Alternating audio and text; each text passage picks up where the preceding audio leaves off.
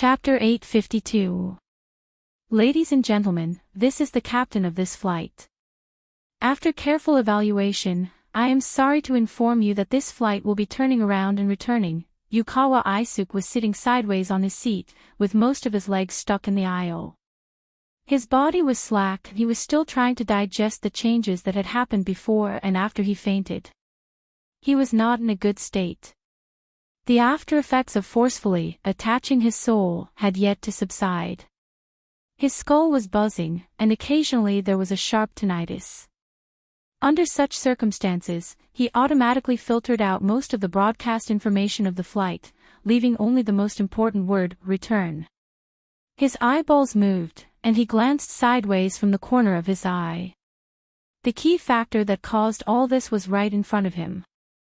Less than 3 meters away, the puppet controlled by the Pope, like Yukawa Aisuke, was sitting sideways on his seat, facing the aisle, with his elbows on his knees and his body slightly leaning forward. This posture had not changed for a long time. But compared to the moment when Yukawa Aisuke opened his eyes, this puppet that looked like a business elite seemed to have been sucked dry of blood and water. All that was left was a skinny silhouette, like a mummy. There was almost no breath coming in and out of its mouth and nose. With such damage to its body, it was already a miracle that it could maintain the most basic vitality. It would be difficult to do anything more than that. But to the Pope, this was not a problem at all. The Pope's consciousness was still here, calmly calculating and living within his means to maintain the puppet's breath. At the same time, everyone in the first-class cabin still had to rely on him to survive. It was precisely because this breath was too weak that everyone in the spacious cabin held their breaths. In most cases, they were like wooden statues. Yukawa Aisuke was the same. No one restrained him, but in this kind of atmosphere, the only things he could use were his eyes and thoughts. In the beginning, he only looked at his surroundings dizzily, passively accepting the drastic changes that happened after the nightmare. As time passed, his mushy brain began to slowly recover, although this kind of recovery first brought about a sense of pain. Yukawa Aisuke saw the virtual workspace in front of the Pope's puppet, saw the mimicry of the spiritual sea, and saw the continuous appearance of chaotic ripples.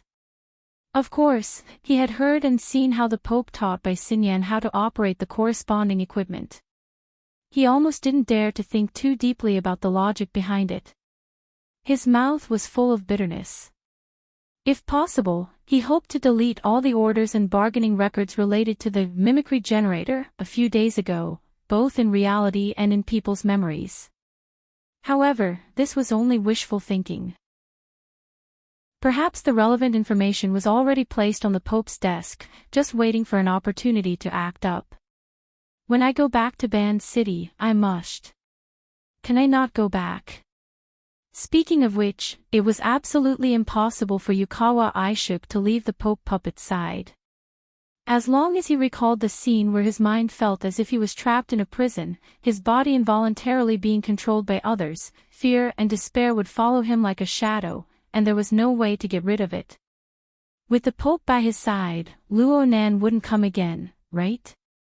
Yukawa Aisuke adjusted his line of sight and looked at the porthole on the other side of the aisle. The first thing he saw was Kitano Suzuto's stout back. His head bodyguard's mind was no longer on his job. Instead, he was focused on observing the scene outside the porthole. Yukawa Aisuke could understand this. This was because at this moment, there was a strong light burning marks on the airship's porthole from time to time. At first, the marks were blurry and intermittent, but they became clearer and denser. That was, the true God has captured Luonan's position. I hope it's true this time. Bai Xinyan, who was in the back seat, spoke as she adjusted the parameters of the equipment. Her tone was very pragmatic, but because she was too pragmatic, she didn't seem to pay much attention to details. As she spoke, the deformed sound of the atmosphere penetrated the airship's armor and transmitted inside. It rumbled in everyone's ears. This was the power of a true God. Who knew if it was his emotions? Bai Xinyan smiled faintly. But there is one thing that can be confirmed. Luo Nan didn't successfully escape. His judgment was correct. The mummified Pope puppet didn't respond. Clearly, the Pope didn't want to waste his limited resources on idle chatter. On the other hand, Yukawa Aisuk's thoughts were still wandering. He subconsciously looked at his wristwatch. 22:42. It had been almost 20 minutes since he woke up. It was about the same amount of time since the most recent capture by a true god. During this period of time, almost everyone felt that Luo Nan had escaped. But now, the Pope was waiting silently. This perfectly displayed the difference in judgment between extraordinaries and normal people. But looking at it from another angle, Luo Nan, the bandit who could deprive others of their mental autonomy at any time, had endured under the eyes of a true god and the Pope for over 20 minutes. He had nearly exhausted the last drop of the Pope puppet's blood essence. He had almost succeeded. Unfortunately, he had failed on the verge of success. This was how Yukawa Aisuk understood it. Why would he think of taking the initiative to provoke such a person? Every time he thought of this, Yukawa Aisuk felt as if a handful of iron sand had been shoved into his chest, rubbing against it repeatedly. In any case, he should have let the true god and the Pope succeed this time. They should have killed that bastard. But in case they didn't, Yukawa Aisuk subconsciously shivered. It was at this time that the cool bottle rested on the back of his hand. He almost subconsciously pushed it away, only to discover that something was wrong halfway through. It was a bottle of water from Sinyan. Thank you. Yukawa Aisuk subconsciously took it. He still remembered the warning and reminder Sinyan gave him in that nightmare before he completely lost control of his body. This was a favor. But correspondingly, there were still some doubts in his heart that had yet to be cleared up. Just from today's incident alone, did he really provoke that uninvited bandit? He did offend Luo Nan quite badly. Taking the airship far away from Band City really gave Luo Nan the opportunity to make a move. But there was a faintly discernible sense of dislocation. What was going on? Yukawa Aisuk shook his wrist, causing the bottle of mineral water to shake as well. It made a hwa-hwa sound. Perhaps he should do more research. For example, he should give Band City a call. Most of the time, he was driven by his instincts. He did whatever he thought of. For a moment, he forgot about the situation in front of him. He found the communication number of his subordinate, Takamoto Shigeru, and was about to make a call. What can you see like this? You might as well drink it quickly. Sinyan's voice interrupted at this time, disrupting Yukawa Aisuk's plan. Ha! Yukawa Aisuk was a bit stupefied. Why did her words not connect? Did she miss something in the middle? That was indeed the case. At this time, Kitano Tsukido, who had been observing the scene outside the porthole, had already turned around. He saw his boss's expression and coughed lightly. Miss Bai is talking about the problem of Luo Nan's extraordinary power acting as a medium. Luo Nan is an expert in manipulating water. Kitano Tsukido was giving a reminder. His technique was a bit crude, but it was also the result of the current tense situation. It was hard for people to care about meaningless etiquette in face. They were straightforward, with few decorations. Yukawa Aisuk didn't quite understand, but he didn't bother to hide it. So, he is one of the few people in the world with the most profound attainments in the condensation ring. Perhaps he is second only to Her Majesty Empress Wu. The condensation ring is currently the most efficient configuration technology known to probe into the water molecule level. Sinyan pointed at the mimicry image of the mental sea. She also pointed at the corner of the image. She made some notes based on the changes in the image. Right now, we can basically confirm that every time heat appears, the water molecules in the atmosphere are abnormally active. The bubbles in the bottle of water were quite obvious just now. I was wondering if this was due to some sort of resonance effect. The corner of Yukawa Aisuke's eye twitched a few times. The bottle of water in his hand suddenly turned into a red-hot soldering iron, sticking to the flesh of his palm. It was not easy to hold it, nor was it easy to throw it away. After a few seconds, Yukawa Aisuke finally made up his mind. He gritted his teeth and said, "Then go ask him." Bai Xinyan smiled. She gestured to Yukawa Aisuke to take a good look at the current state of the Pope's puppet. The latter's stiff, mummified appearance was the best reason. Yukawa Aisuke took a deep breath. It was strange. After the previous round of torment, the atmosphere that made people dare not even breathe had become lively. Although the Pope's consciousness was probably still watching everything coldly, or maybe he was silently keeping score, at least for now, he didn't have the intention to blame anyone, let alone the strength to do so. Whether it was a brilliant realization or a broken pot, Yukawa Aisuke's breathing had indeed become a lot livelier. The corner of his mouth twitched. He threw the bottle of water in his hand back to Bai Xinyan. "You came to this conclusion after observing for such a long time." Bai Xinyan caught it firmly. She unscrewed the cap and took a big gulp without any misgivings. She exhaled a long breath, looking like she was drinking fine wine. "I didn't need to observe to come to this conclusion. Since you made a move against him, did you not read Persona?" "Persona? Oh, I did." Yukawa Aisuke still had an impression of it. The target of this intelligence analysis, named Persona Mask, was Luo Nan. The information had been published more than half a year ago. At that time, Luo Nan was using the cage theory to sweep away the traditional soul theory of the inner world. It was quite popular for a time, but the analysis itself was a bit secretive.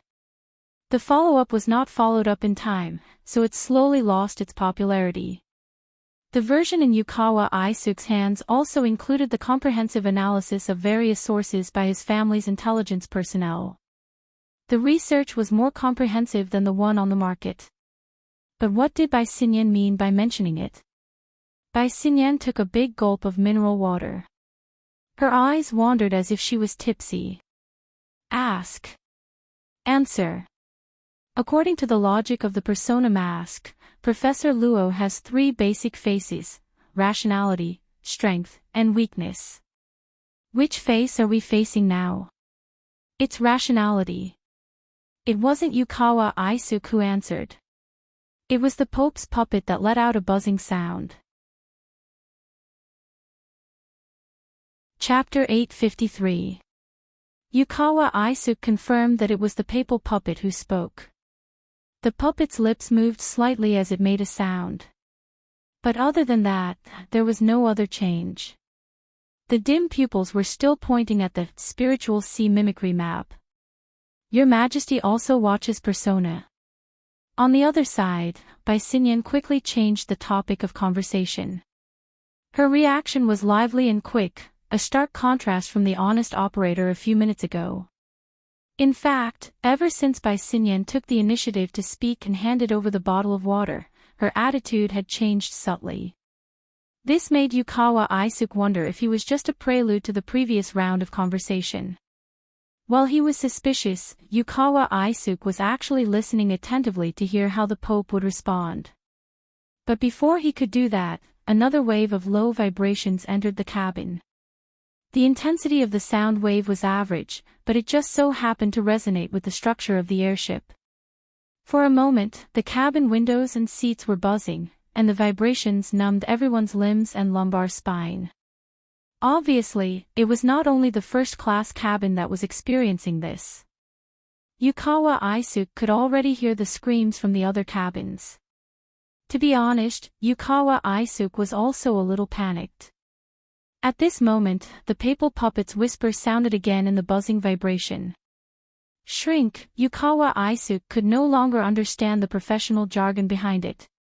Bai Xinyan reacted quickly and started a new round of operation on the spiritual sea mimicry map. The scale of the spiritual sea mimicry map seemed to be increasing, showing more details. Of course, probably only the Pope and Bai Xinyan could understand it. What Yukawa Isuk saw was a simple electrocardiogram on the interface, sometimes on the left, sometimes on the right, moving up and down. But forgive his poor eyesight, even if the details in some areas had increased, there was no obvious change on the whole. Only a professional would be able to figure out the trick from this. It doesn't seem to be suitable. Bai Xinyan's voice sounded again, as if she was regretting it. But in the current situation, it sounded awkward no matter how one listened to it. The papal puppet did not make any obvious movements. Beneath its half-closed eyelids, it still vaguely gazed at the mimicry image of the spiritual sea. Just when everyone thought that this scene would continue, a low, mosquito-like voice rang out. What do you think? It's just not very suitable. The Pope puppet did not waste any more energy to speak, only glancing over with its gloomy and lightless eyes. His cold gaze got rid of the casual air that had just appeared in Bai Xinyan's body. She instinctively bowed, and the smile on her lips became much more restrained. Please forgive me, Your Highness. I didn't speak clearly. Actually, it was Your Highness who helped me to roughly understand the design of the mimicry image of the spiritual sea. That's how I came up with this idea. If there's anything I don't understand, I hope Your Highness can enlighten me. After talking for a while, Bai Xinyan went straight to the point. The parameters set up by Your Majesty are based on the airship tourists. It's the structure of the spiritual sea built by the airship tourists. This structure was more in line with the main background from last time in Ban City. The results that appeared were more comparable. But the problem was that His Majesty and the Lord True God had descended. Junior Luo Nan didn't dare to linger. He fled far away and only played around in the periphery. The structure built by the hundreds of passengers on the yacht was clearly insufficient in terms of coverage. Therefore, I boldly guessed that Your Highness should take the initiative to graft this layer of structure with the power projected by the Lord True God. He forcefully spread it out and expanded its coverage, allowing Luo Nan's methods to leave traces on it as much as possible. The Pope puppet did not have any obvious reaction to Bai Xinyan's narration. Next to her, Yukawa Isuk listened very seriously. Of course, he didn't quite understand, but his imagination was pretty good. The scene of the Pope spreading out a thick pancake and sending it to the true God's hands to spin in circles or cast a net to catch fish appeared in his mind. That was probably what it meant. The Pope didn't object. That meant he acknowledged it. Wait a minute. Weren't Yukawa Isuk and the others also passengers on the airship? In other words, they were also part of the ingredients for this pancake. Bai Xinyan seemed to have heard his thoughts as he let his imagination run wild. She tilted her head and smiled. Yes. The distance between us and Professor Luo is much closer than we imagined. It's like an oil slick on the surface of the water, or a fly sticker. Yukawa Isuk's expression was a bit stiff. He turned to look at his head bodyguard. Kitano Sakuto stood upright like a wooden stake. Yukawa Isuk could get his answer from this guy's reaction. The problem right now is that Luo Nan's methods are a bit unreasonable.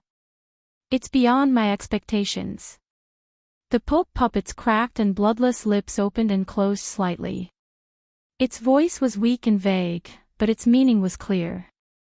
He can hide, and he can counterattack. The voice stopped for a few seconds. It seemed as if it was unwilling to mention it. It seemed as if it was pondering over its words. But in the end, it still determined Luo Nan's behavior. It's very pure. Bai Xinyan didn't seem to understand. She asked, "What do you mean by pure?" The papal puppet wanted to continue speaking, but what flowed from its mouth this time was dark red froth of blood. Bai Xinyan let out an "oh." She still spoke in a regretful tone. This body has finally reached its limit. Your Majesty, is there any other way to persevere? As soon as these words left her mouth, Bai Xinyan immediately received a dozen gazes from all around her. Especially the bodyguards who were trying their best to hide in the shadows. They looked like they were about to collapse. The problem was that their wills were never taken into consideration. That included Bai Xinyan. In the next second, an indescribable shadow filled the eyes of everyone in the first-class cabin. Yukawa Aishuk felt as if he had taken a step into the shade of the branches and leaves under the sun. To be more precise, he himself was part of the shade. He faced the blazing sun while weaving the shadows. Everyone in the first-class cabin was probably doing this. This shade was not meant for them to enjoy. The Pope puppet was completely motionless. Having used up its last drop of blood essence, it had completely turned into a dried corpse. Meanwhile, the Pope's will, which had borrowed the existence of its corpse, conveniently entered the tree's shade. Using an exquisite guiding power, it intersected the branches and leaves in all directions, ultimately forming a tree nest that was the structure of a spiritual vessel. A wonderful feedback came. Yukawa Aishuk suddenly realized that he had a bit of the ability to communicate in the mental realm. This ability was undoubtedly given to him by the Pope. It was also decided by his current state. In the end, the Pope switched to the mode of mental projection. This time, there was no one to act as a power bank. It was probably because the same method was not suitable for a third time. He could only settle for the next best thing, thus, everyone present, including Yukawa Aishuk, became the framework of the so-called tree nest. As for what the tree nest was, not many people understood. It was because it was a construct on the mental plane. According to Yukawa Aishuk's understanding, the Pope used the magnetic fields of their lives to build a temporary nest or safe haven. This provided the conditions for a weak consciousness to stay in space. No one knew the specifics of the situation. Only one thing was certain. The Pope's consciousness could directly appear in their minds, turning into images and sounds to achieve communication. This is a mental technique, but it is not used on the emotional level of Yukawa. Instead, it comes and goes, directly affecting the space-time structure. The Pope seamlessly continued his previous evaluation and analysis of Luo Nan. This was an explanation for purity. Yukawa Aishuk should not have understood this. But in this tree nest shadowed state, he muddle-headedly understood a lot of conceptual knowledge. He also possessed the ability to make preliminary analysis. It was as if there was a built-in AI operating. Because it was purity, it broke away from the level of the Pope's design. Although it would still have an impact, this impact was no different from the impact of nature's wind, rain, thunder, and lightning. It was practically impossible to capture Luo Nan's special interference mode through the sea of consciousness mimicry. In other words, the Pope's plan was ruined. Yukawa Aishuk seemed to have split into two sides. One side had the normal thoughts of a mortal, and the other floated on the supernatural plane. He did not even have the time to fear before he was pushed forward by the surging pressure of information. He could only do his best to adapt to his current state. The Pope was still communicating with Bai Xinyan. It's still useful. At least we know the upper limit of Luo Nan's level. He's much stronger than expected. And we also know that Luo Nan's forte is not in making a fuss over people's emotions. Instead, he bypassed the path of controlling other people's fates and entered the domain of pure configuration design. Especially space-time configurations. It's still related to the situation in Band City. Without the restrictions of the material plane, the Pope was a lot more talkative. And it was the exquisiteness of his words that made Yukawa Aishuk think, I wonder how Luo Nan feels when he's being studied by an extraordinary. Amidst his thoughts, Yukawa Aishuk suddenly felt that the sunlight behind him had suddenly become extremely hot. At the same time, his fleshly body also captured a new wave of lightning and thunder. This made him understand, becoming a tree nest, embedding itself into the mental framework, meant that it was closer to the battlefield. In a trance, a part of Yukawa Aishuk's consciousness was thrown into the depths of the hazy void. He touched upon the ever-changing battlefield of the true God and Luonan. Even though his brain was now implanted with the AI, he was still unable to experience the exquisite details. He could only feel some vague, symbolic feelings. Luonan really did seem to be embedded in the depths of the void. It was like the hidden chain lock of a precision machine. When it twisted and turned, there would be some deformation inside. But on the outside, it was always in a stable and smooth state. It satisfied the psychological instinct of people to pursue order. Not only did it conform to people's psychology, but it also conformed to the laws and principles of the world. Chapter 854. Yukawa Aishuk watched with rapt attention. For him, the battlefield outside of the intercontinental airship was still flashing with blurry images. But after seeing it many times, a certain logic naturally formed. As time passed, his condition improved significantly. In his days, it was as if an invisible thread was pulling him to a higher place, allowing him to see more clearly and more thoroughly. Everything happened in the shadows. It was silent and undetectable.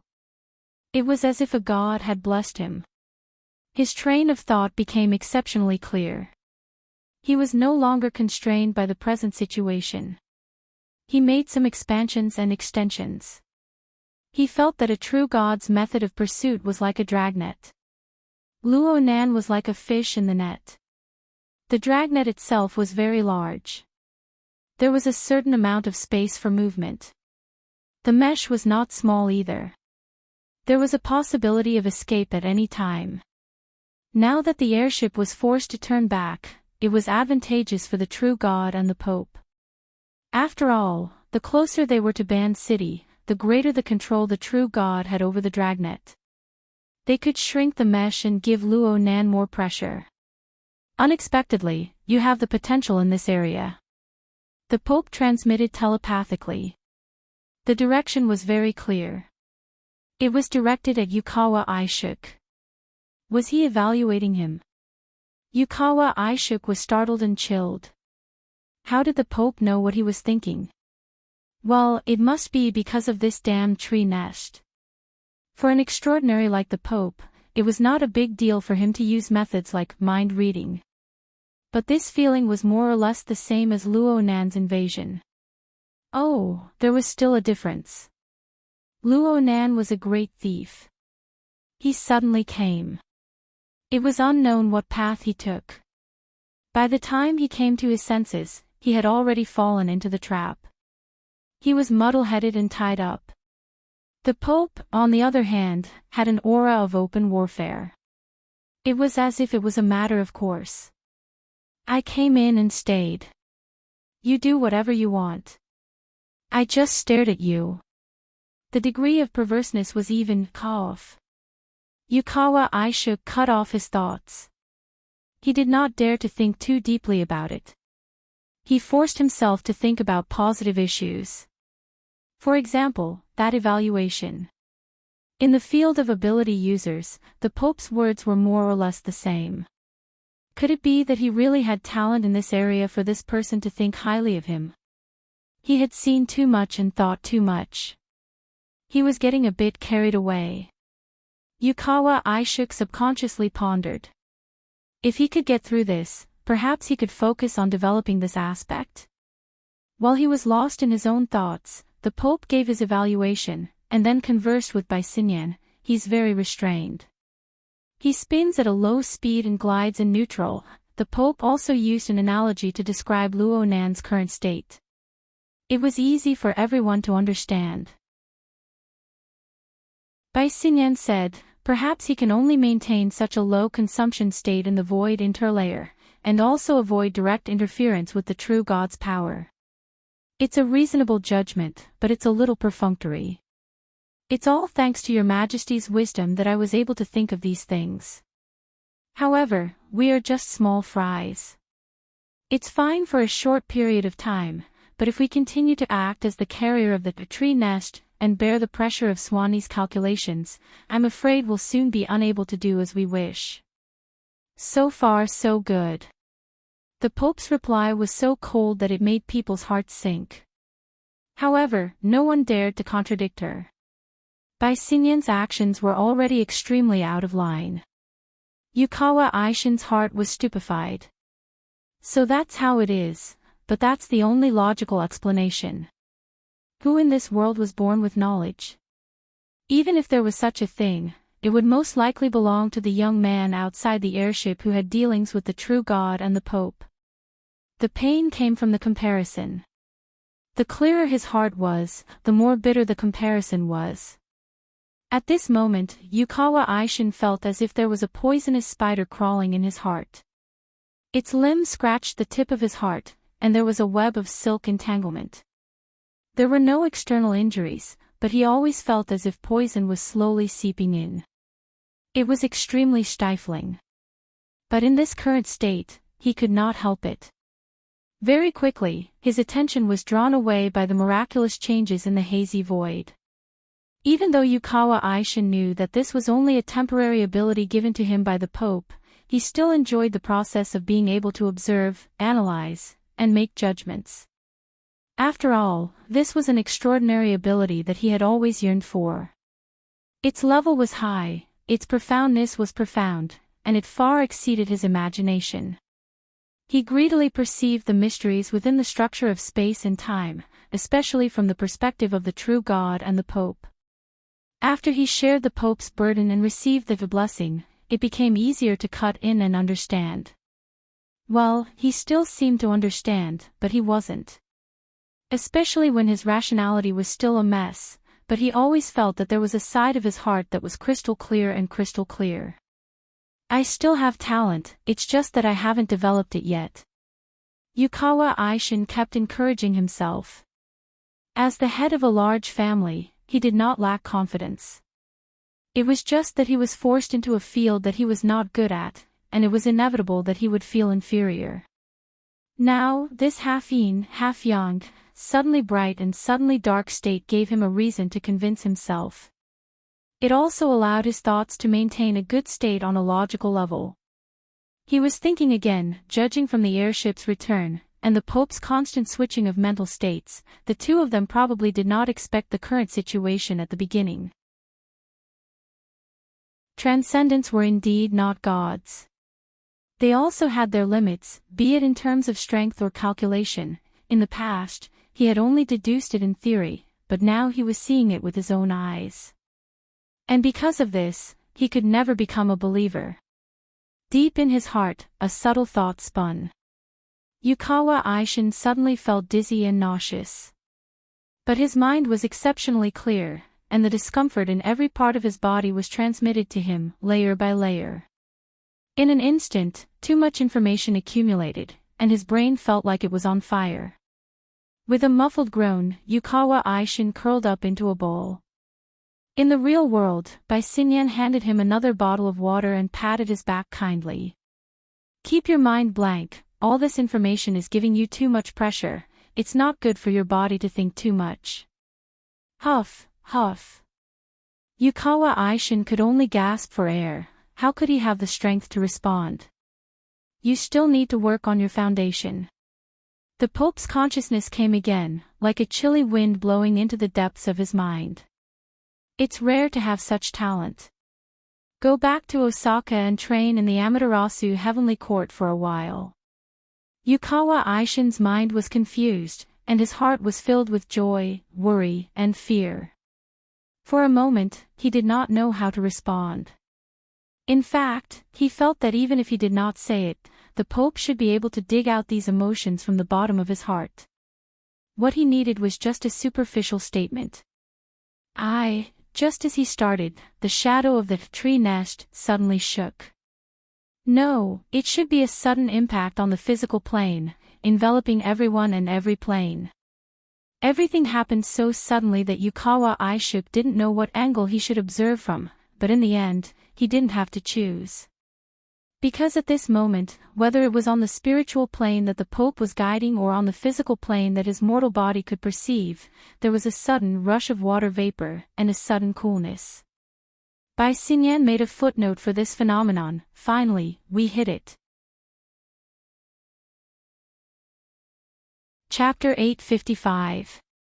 The intercontinental airship had completed its turn. It was as if it had crashed into a cumulonimbus cloud. Plentiful water vapor and high-altitude astral winds intertwined, instantly blurring the portholes on both sides. Then, a nearly parallel waterline was drawn above the airship. In the dark environment, the cloud was like a demon. It danced outside the porthole and was cut into pieces by the waterline. Yukawa Aishuk looked at the changes in the environment between light and dark. He was suddenly inspired. In his daze, he forgot about the severe discomfort in his body. At this moment, he seemed to see the aftermath of the collision between Luo Nan and a true god in the void. The collision was so intense that even the sealed cabin seemed to be leaking. Yes, it was the feeling of water vapor blowing on one's face. Yukawa Aishuk saw Kitano Suzuto subconsciously wipe his face. Kitano Suzuto's back was facing the direction of the airship. The Pope communicated with Bai Xinyan in the shadow of the tree nest. This was his evaluation of the sudden phenomenon. Nothing solid. You've locked onto it. No. The progression is so beautiful. This was the first time in Yukawa Aishuk's memory that the Pope had an emotional sigh. For a while, there was no response from within the tree nest until the airship shook again. The second wave, the third wave. The shaking of the airship was closely related to the structural changes in the depths of the cloud. Due to the distribution of computational pressure, the relevant information flowed and circulated in the shadow of the tree nest, peeling off layer by layer. Of course, some people knew less and some people knew more. Yukawa Aishuk could see it relatively clearly. He knew that the water vapor cloud was the product of the collision between Luo Nan and the true god. Luo Nan used the condensation ring as the basic interference core. It was destined to rely on an abundant water vapor environment. The true god carried out a strong suppression. The collision of the two sides on the material plane caused the water vapor in the sky to condense and explode abnormally, creating this cloud phenomenon. Because of this, the cool feeling of the water vapor was able to penetrate the obstruction of the airship's outer shell and directly affect the people's bodies and minds. It's mixed with fragments from the collapse of the void. If the intensity is increased, this airship will be cut to pieces. But then it will be completely at the extraordinary level. Yukawa Aishuk's thought seemed to have left his identity as a passenger and jumped out of his own dimension. With incredible focus, he observed and evaluated the increasingly intense battle. Luo Nan and the true god were currently locked in front of the airship, in contrast to the aimless pursuit of Luo Nan. Because of this, the scale of the cumulonimbus cloud that the airship crashed into continued to expand. The airship's strategy was to increase its altitude in an attempt to avoid danger, but the effect was really suspicious. Dark clouds continued to surge in the surroundings. Between the layers of clouds, lightning and fire swam about, flickering and extinguishing. Some of them even struck straight at him. Although they were all blocked by the insulating armor on the outer layer, the thunderous roar still crushed in. Each strike was louder than the last, each strike stronger than the last. The cries and screams from the lower cabins never ceased. This stalemate was really absurd. According to Yukawa Aishuk's observations, the true god should have locked onto Luo Nan's relative position.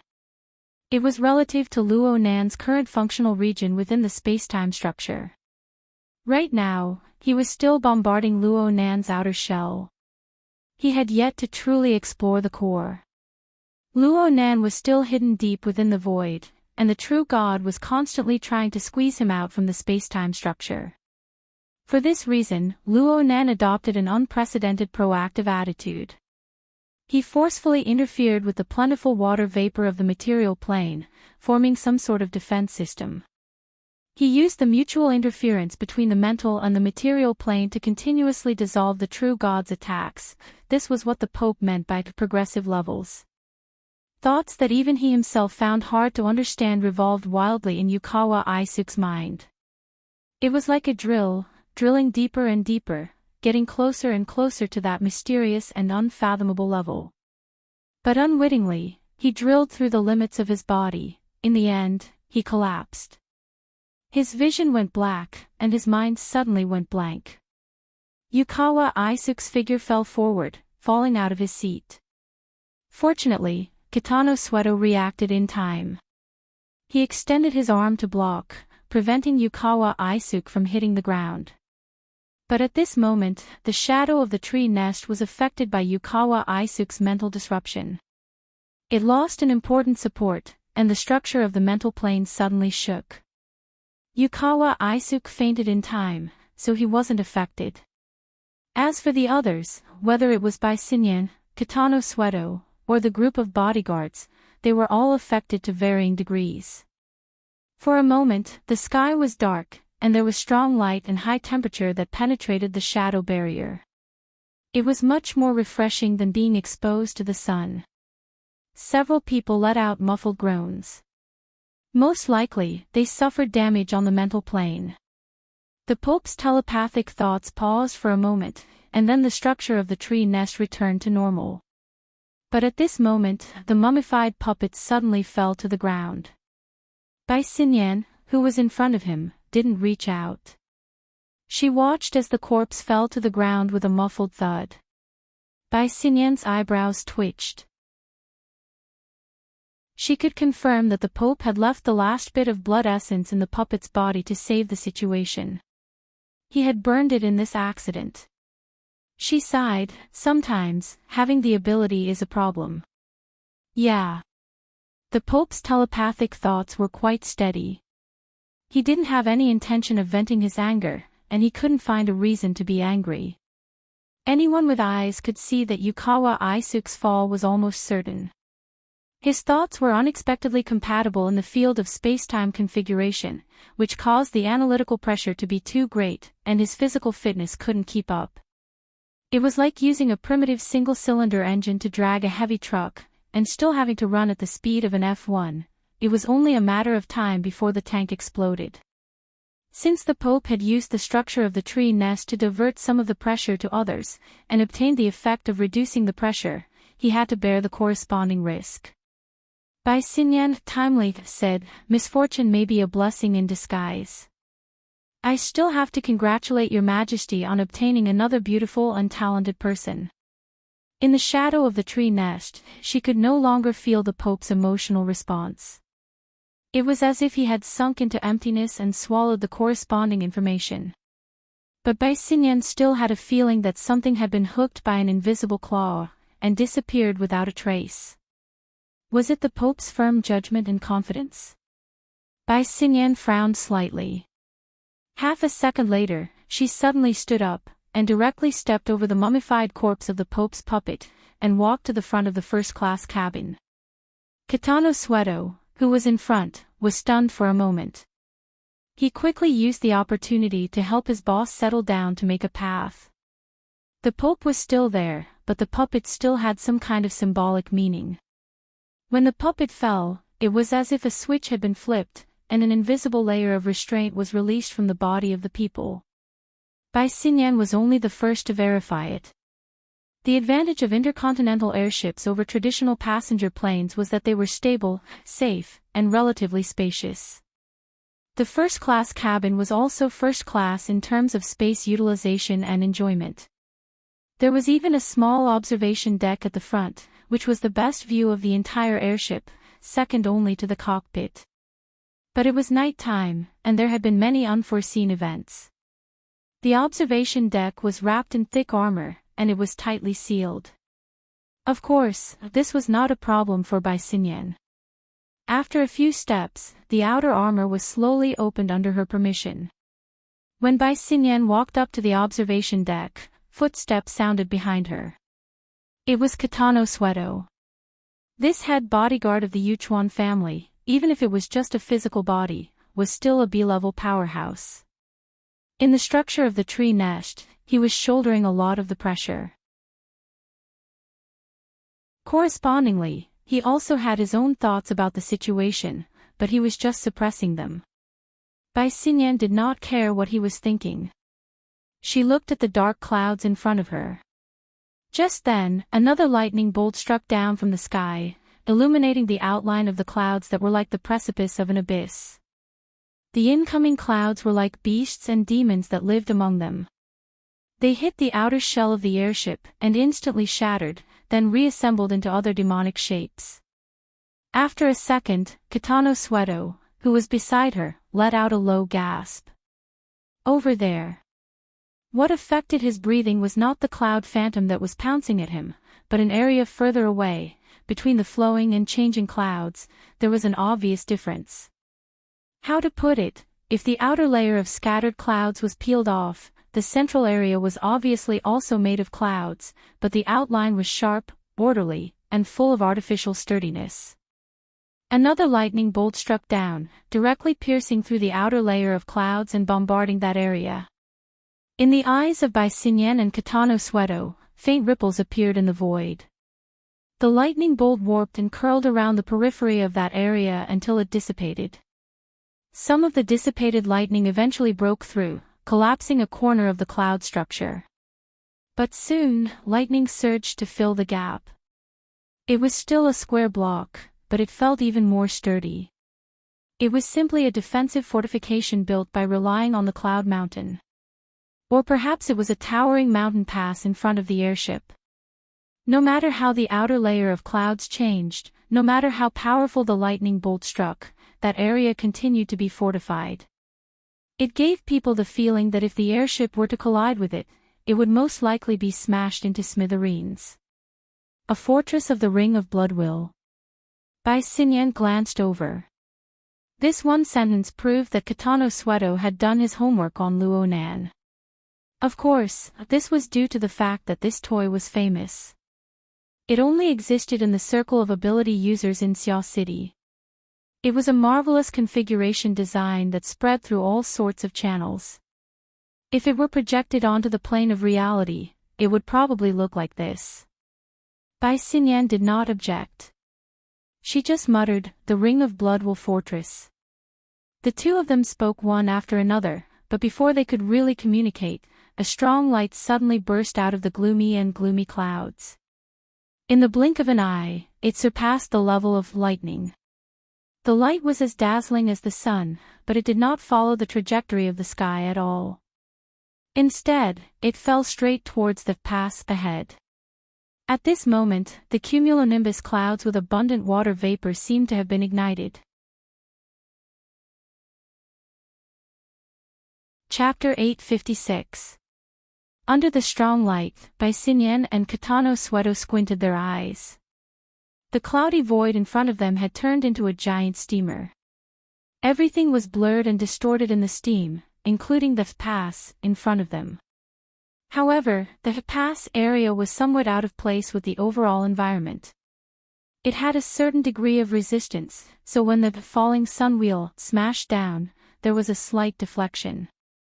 Distortion against distortion. Time and space were stagnant for a while. The momentum of the impact slowed down, and the scene in front of them became more and more blurry. Illusion. Real world. Kitano Sweto was a typical physical type of person. As long as any supernatural situation did not really affect him, he would be suspicious. He still did not hear Bai Xinyan's answer. As for the Pope, the moment Kitano Sweto's mind hooked with the madam, he suddenly felt dizzy. His feet seemed to have lost their support, and he felt a strong sense of falling. As a physical type of person, maintaining balance was a natural ability. Kitano Sweto subconsciously exerted strength in his waist and abdomen, but the feedback from his body told him that he was still standing there, very straight and stable. What was really out of balance and falling was his soul. A blinding light shone in. This time, it was hard to tell whether it was from the real world or the spiritual stimulation. It intertwined with the shadow structure of the tree nest, forming a sacrificial furnace that ignited all the soul power involved. At this moment, the tree nest structure extracted the soul power of Kitano Sueto and the others, and used it for other purposes. It was most likely to coordinate with the attack of the falling sun wheel. This was not surprising at all. Kitano Sueto was not a fledgling. The Pope used the tree nest to include all of them in the spiritual structure, so there must be a deeper consideration. Compared to the usual actions of the Amaterasu cult, what they did today was considered a relatively peaceful one. After all, he was a level B physical type. Although his soul power was not his forte, his foundation was solid, and he was full of vitality. This wave of absorption would not cause serious damage. At the moment, he was only short of breath and dizzy, but his mind was still clear. While he was checking his own condition, the violent vibration transmitted from the void in front of him ran over the tempered glass of the viewing platform and pressed on his chest. The vibration was transmitted from his chest to his brain, so much so that his lips and teeth were numb. He instinctively raised his head, but his vision was dark. It had nothing to do with the blood supply to the head. Instead, in the distant burning cloud, the falling sun happened to have an extremely obvious contraction, and its light was clearly dimming.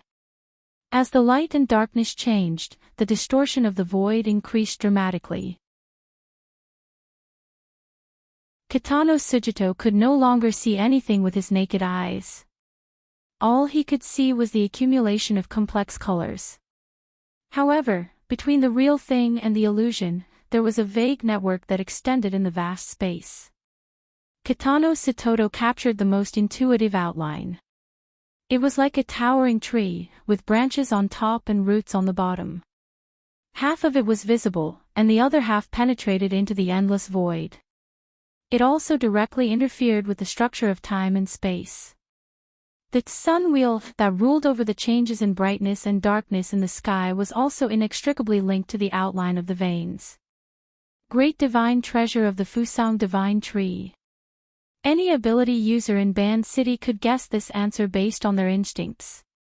But what was special about Hoshino Sujito was that his spirit and perception could follow the veins of the roots in the void and explore into a level that was unimaginable in the past, allowing him to see the most intuitive details. Am I also talented in the structure of time and space? As the absurd thought popped up in his head, Hoshino Sujito also saw the brilliant sun wheel held up by the branches of the giant tree, like a tomahawk in the hands of a giant god. After the first attack failed, it slightly retracted and then smashed down again. Crack! The pure explosion on the spiritual level crushed Hoshino Satoto's mind. His mind was tightly bound to the extraordinary image of the sun wheel and the giant tree. When it collided with the pass in the clouds, he felt most of the details inside and also had to bear the surging impact from every detail. With a muffled groan, Hoshino Satoto's brain felt like it was forcibly split open and filled with hot magma. The pain was far greater than the damage from having his soul power sucked away. Even with his strong physique, he couldn't resist it. He staggered back a few steps until he hit the door frame at the entrance of the observation deck. His legs were so weak that he couldn't support his body, and he slowly fell to the ground. The self-protection mechanism was finally activated. The sun wheel and the giant tree all turned into meaningless smoke. Even the corresponding memories were blurred. He just followed the inertia in front of him.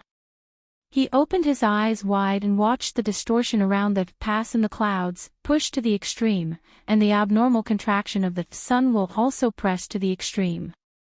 When things reached an extreme, they would move in the opposite direction.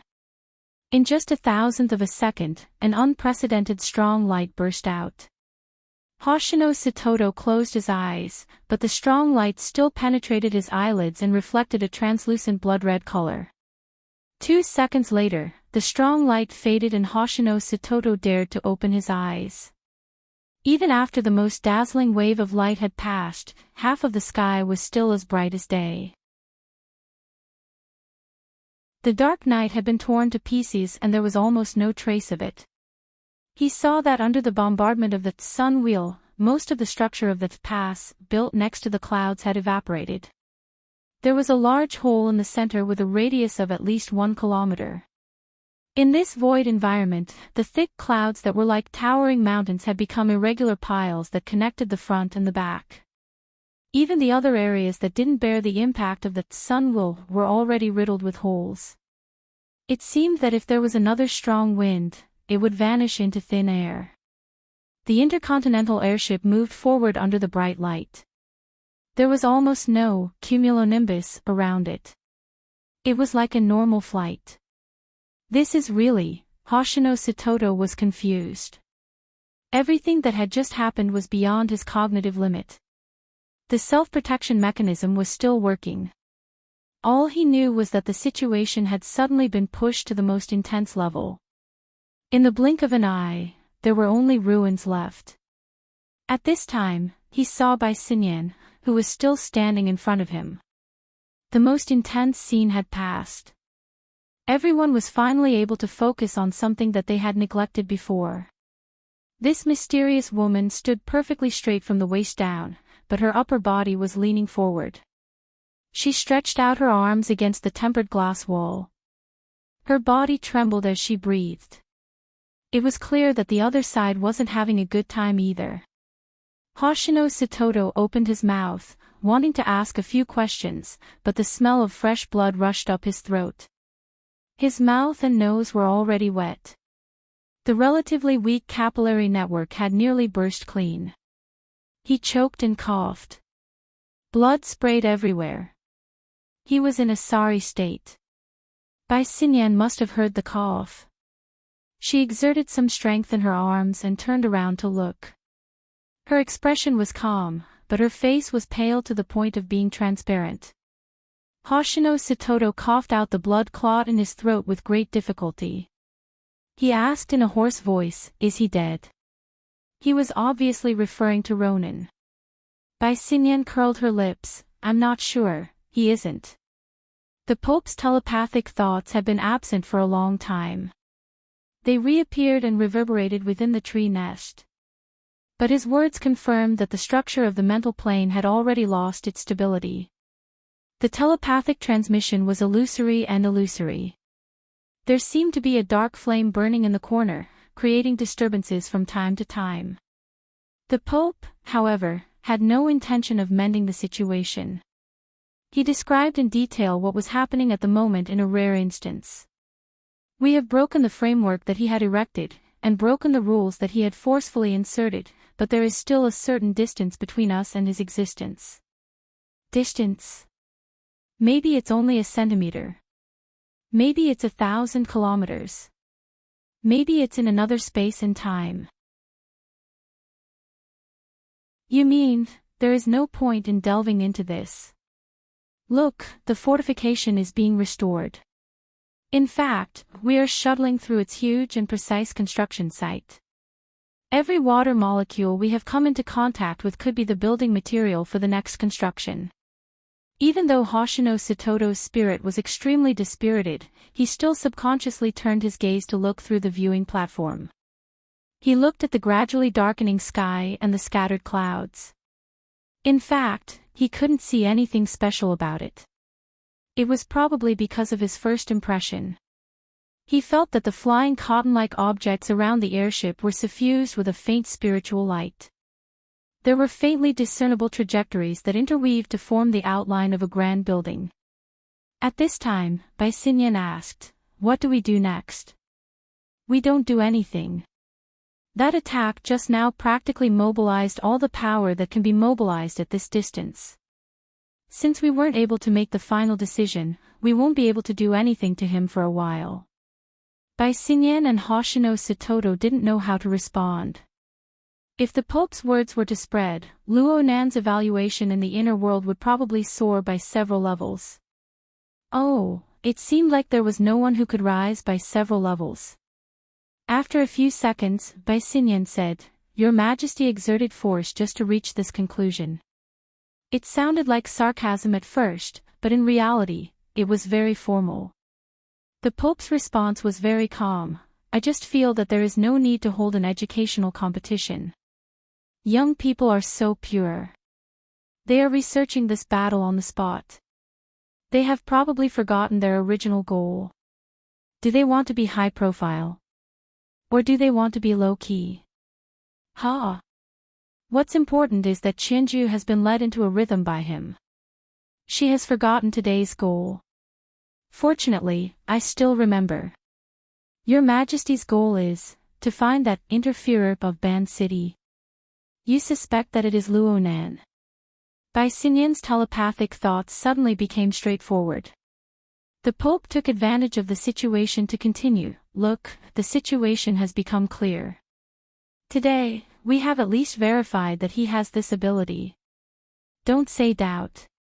That will only make people more confused. Confused? His ability exceeds expectations, but his critical performance deviates. He can't see through the inside. Of course he will be confused. Oh, so he encountered a confusing choice when doing a multiple-choice question. The Pope's telepathic thoughts seemed to be laughing. Child, reality has never been a question. Only a young man with a straight and narrow eye would need to be matched one by one, to be flawless. Right now, I just need to know that he is a fellow that needs to be taken seriously. The telepathic thoughts continued, but the structure of the tree nest could no longer support itself. It suddenly collapsed and turned into nothingness. Chapter 857. The tree nest on the spiritual plane collapsed, and the participants who were passively trapped in it returned to the real world. The natural curtain of night descended once again, like a thick blanket, blocking the field of vision, giving people a sense of self-deception and peace of mind. The Pope, who was in charge of the situation, left. The observation deck remained silent. Kitano Sukido and Bai Xinyan had their own thoughts, until the swarm of signals and communication devices connected, filling the space with ringing and vibrations. Kitano Sukido coughed again and raised his wrist. There was a list of communication requests from the Tamagawa family and their surrounding social circles. However, in the past half an hour, the first-class cabin had been an isolated island of information. There was almost no communication going in or out. On the other hand, the other areas of the airship maintained contact with the outside world. So this was not a signal interruption, but it was 100 times more terrifying. Because this was due to some kind of tacit understanding, and also due to some kind of silent majesty. The source was naturally the Amaterasu cult. There was no more obvious fact than this. The Amaterasu cult was the master of Osaka City, the undisputed ruler of traditional political and military forces like the Tamagawa family. Looking at the source, it was only 20 to 30 years ago. At Kitano Sukido's age, he had witnessed the entire process of the rise of the Amaterasu cult. This was the power and effect of a transcendent. If that was the case, the other side should be very fast. Kitano Sukido suddenly shivered. After stirring up a scene that was almost out of control, the Pope patted his butt and left. The true God probably wouldn't stay either, but the other side of the conflict was clearly still here. At this time, the intercontinental airship had completely passed through the ruins of the cumulonimbus cloud cluster. It was said that the cloud pass was still being rebuilt, and it had been completely left behind. But what was the point of such a small distance for a transcendent of that level? Thinking of this, Kitano Sukido did not have the mood to respond to the swarm of communication requests. His muscles tensed up, and he struggled to stand up from the ground. He wanted to respond effectively, but he was at a loss. Don't worry, under the mask of rationality, Professor Luo is not the kind of person to vent his anger on others. Speaking of which, we are also victims. Although he agreed with this self-assessment, was it really okay to say it so bluntly? Bai Xinyan's breathless voice didn't comfort him at all. Instead, it made him feel even more uneasy. Right now, he even felt that there was a piercingly cold will being injected into every single water molecule around him. It seemed that the next step would be to penetrate into his flesh and bones, see through everything, and sketch out life and death. Professor Luo could definitely do it. Subconsciously, Kitano Tsukido put a hand on his chest, hoping to stabilize his abnormal heartbeat. At the same time, a faint light appeared before his eyes. It was Bai Xinyan opening the virtual workspace. What was shown in the work area was work. TSK, such a thing has just happened, and yet, you're forcing me to sign it without any consolation. How cold-blooded and foolish. It turns out that I'm surrounded by a nest of giant lizards with only their cruel nature left. What? Actually, Kitano Tsukido wasn't sure if Bai Xinyan was talking to him, but it felt better to chat at this time.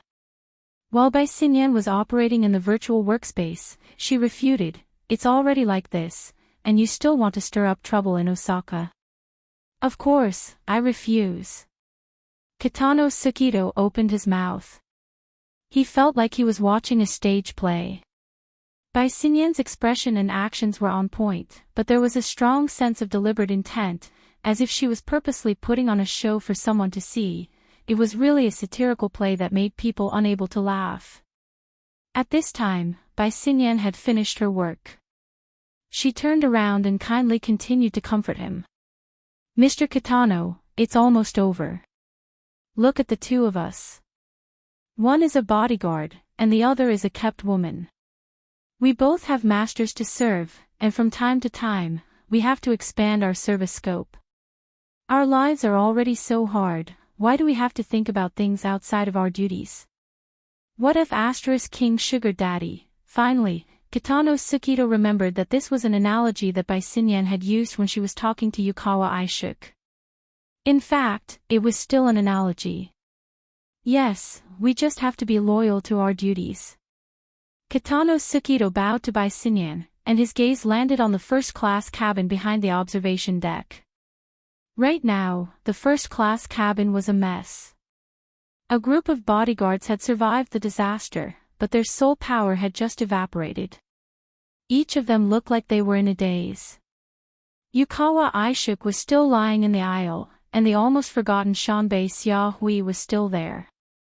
This was a situation that required a lot of effort to clean up. Then again, compared to other related situations, this might be the easiest to clean up. Kitano Tsukido began to busy himself with the aftermath. During this time, communication requests from the outside world continued to come in. These requests came from all sorts of directions, but their focus areas were highly overlapping. Thus, a series of high-frequency words were formed. The Amaterasu Order, the Pope, the True God. These words were definitely inescapable, but they would always add some evasive modifiers. In comparison, another word was much more direct. Luonan, Luonan, Luonan, buzz buzz buzz. It's weird. Luonan floated under the water of Beishan Lake. A strand of his consciousness was anchored in the clouds 1,000 kilometers away. Doing two things at once was no big deal for him, but there was still some pressure when it came to analyzing and designing the spacetime configuration. He needed to be more focused. At least half of Luo Nan's mind was still focused on the moment when the sunwheel descended and bombarded the pass in the clouds. He watched as the sunwheel jumped out of nothingness, crushed the obstruction of the spacetime structure, and smashed down on his head. It was just like in a war game, when an exploding fireball was about to hit the player, and then the game was over. Strictly speaking, the game had already been reread once. Luo Nan's game character, the spacetime bubble he controlled, had already collapsed. It was like this for a moment. The key to the impact of the falling sunwheel was not the impact. The fatal killing move originated from the instantaneous explosive distortion of the surrounding void environment. The spacetime structure was illusory yet thick, empty yet tenacious. But it could still deform in the end, especially when the power of an extraordinary detonated the turbulent tsunami of the abyssal region. Then it interfered with the material plane and focused on the instantaneous explosion. The powerful distortion had already touched upon the plane of laws. It squeezed out all the redundancy in the space-time structure. Luo Nan couldn't even muster the thought of resisting. He could determine that if he forcefully digested the instantaneous explosive power, the space-time bubble would certainly not be able to withstand it. The pressure would inevitably return to his body. The sandwich domain was fine, but the exoskeleton frame was already damaged. It would most likely not be able to withstand the pressure. So Luo Nan let it happen. The space-time bubble collapsed, but the net's core, which had been pouring into the void, was still preserved. Luo Nan quickly reconstructed on this foundation. There was a gap of about 2 seconds between the collapse and the reappearance. It was short, but for the true God and the Pope, 2 seconds was enough to explain the most crucial problem. The space-time bubble was highly suspicious in its nothingness. I made a mistake.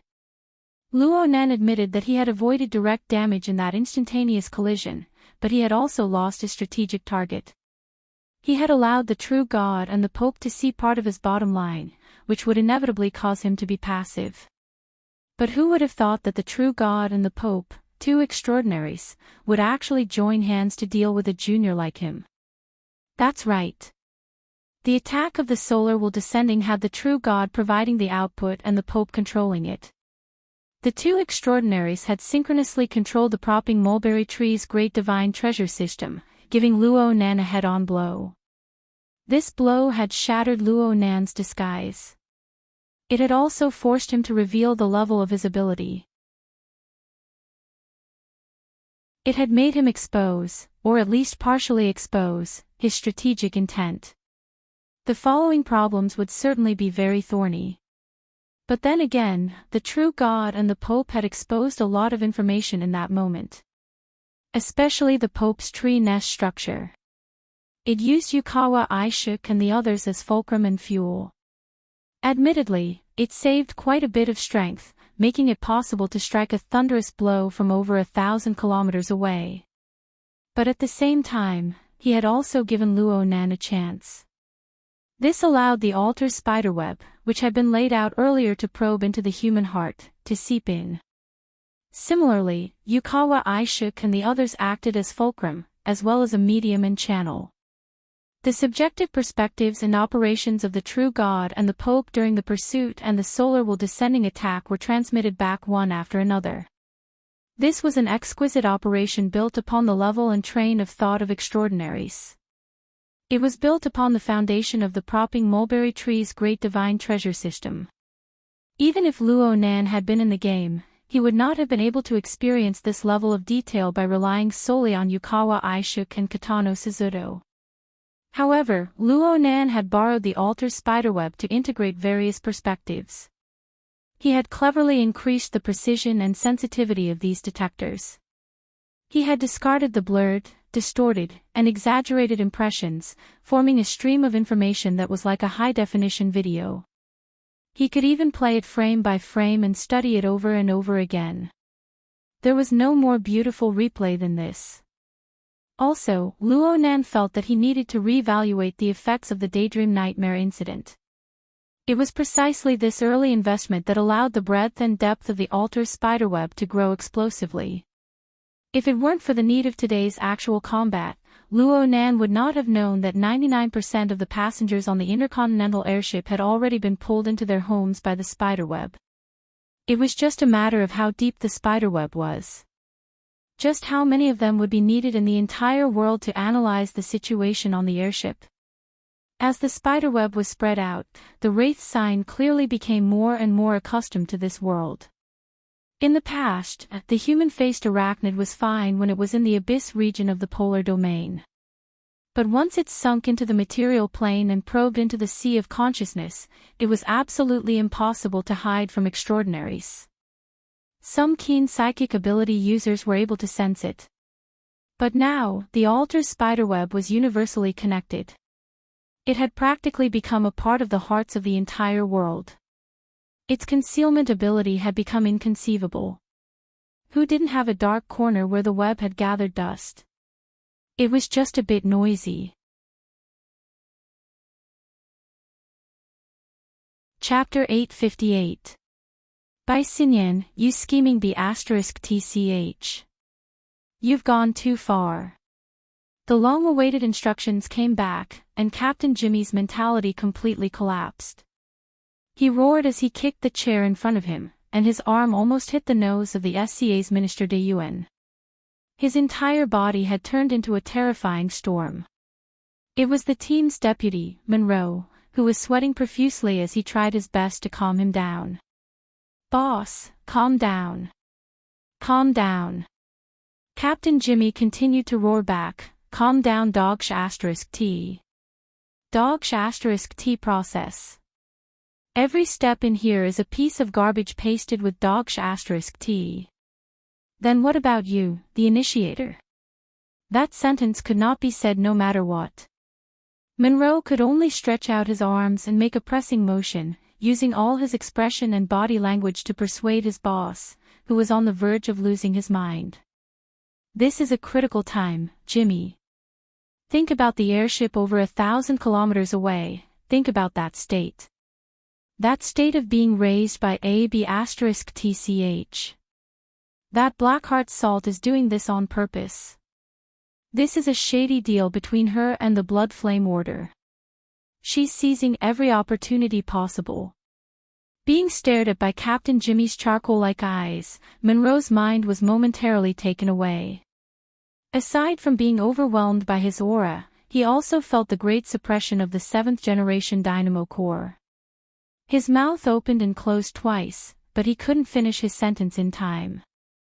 "Great, if she wants to disgust us with the process, I'll accompany her to the end. It's just another round of $*T. I'll report the new discovery to the East Asia Department." "Are you deaf? Memory loss?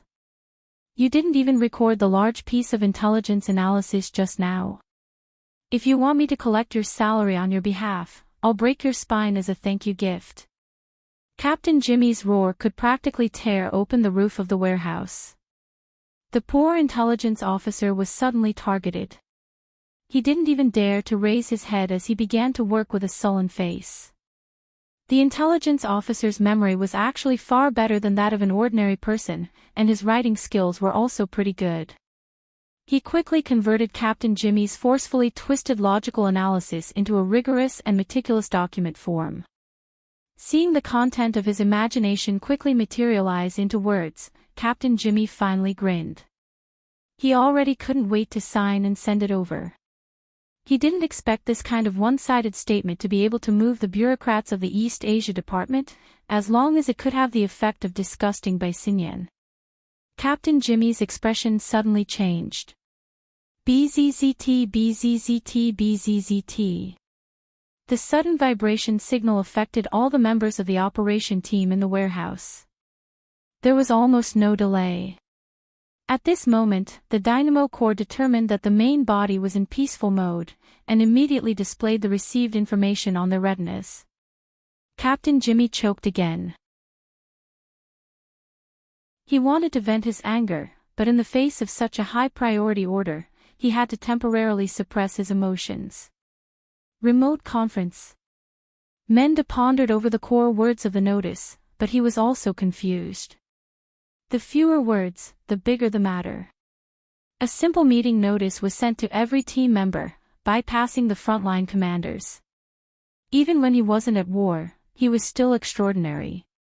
Most importantly, it had come at the right time. "Boss, the meeting will start in 10 minutes. Do you think?" Men turned his gaze to the SCA's Minister O'Hara.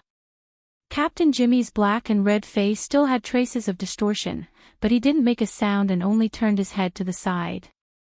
Men let out a sigh of relief and immediately fulfilled his duties as an assistant.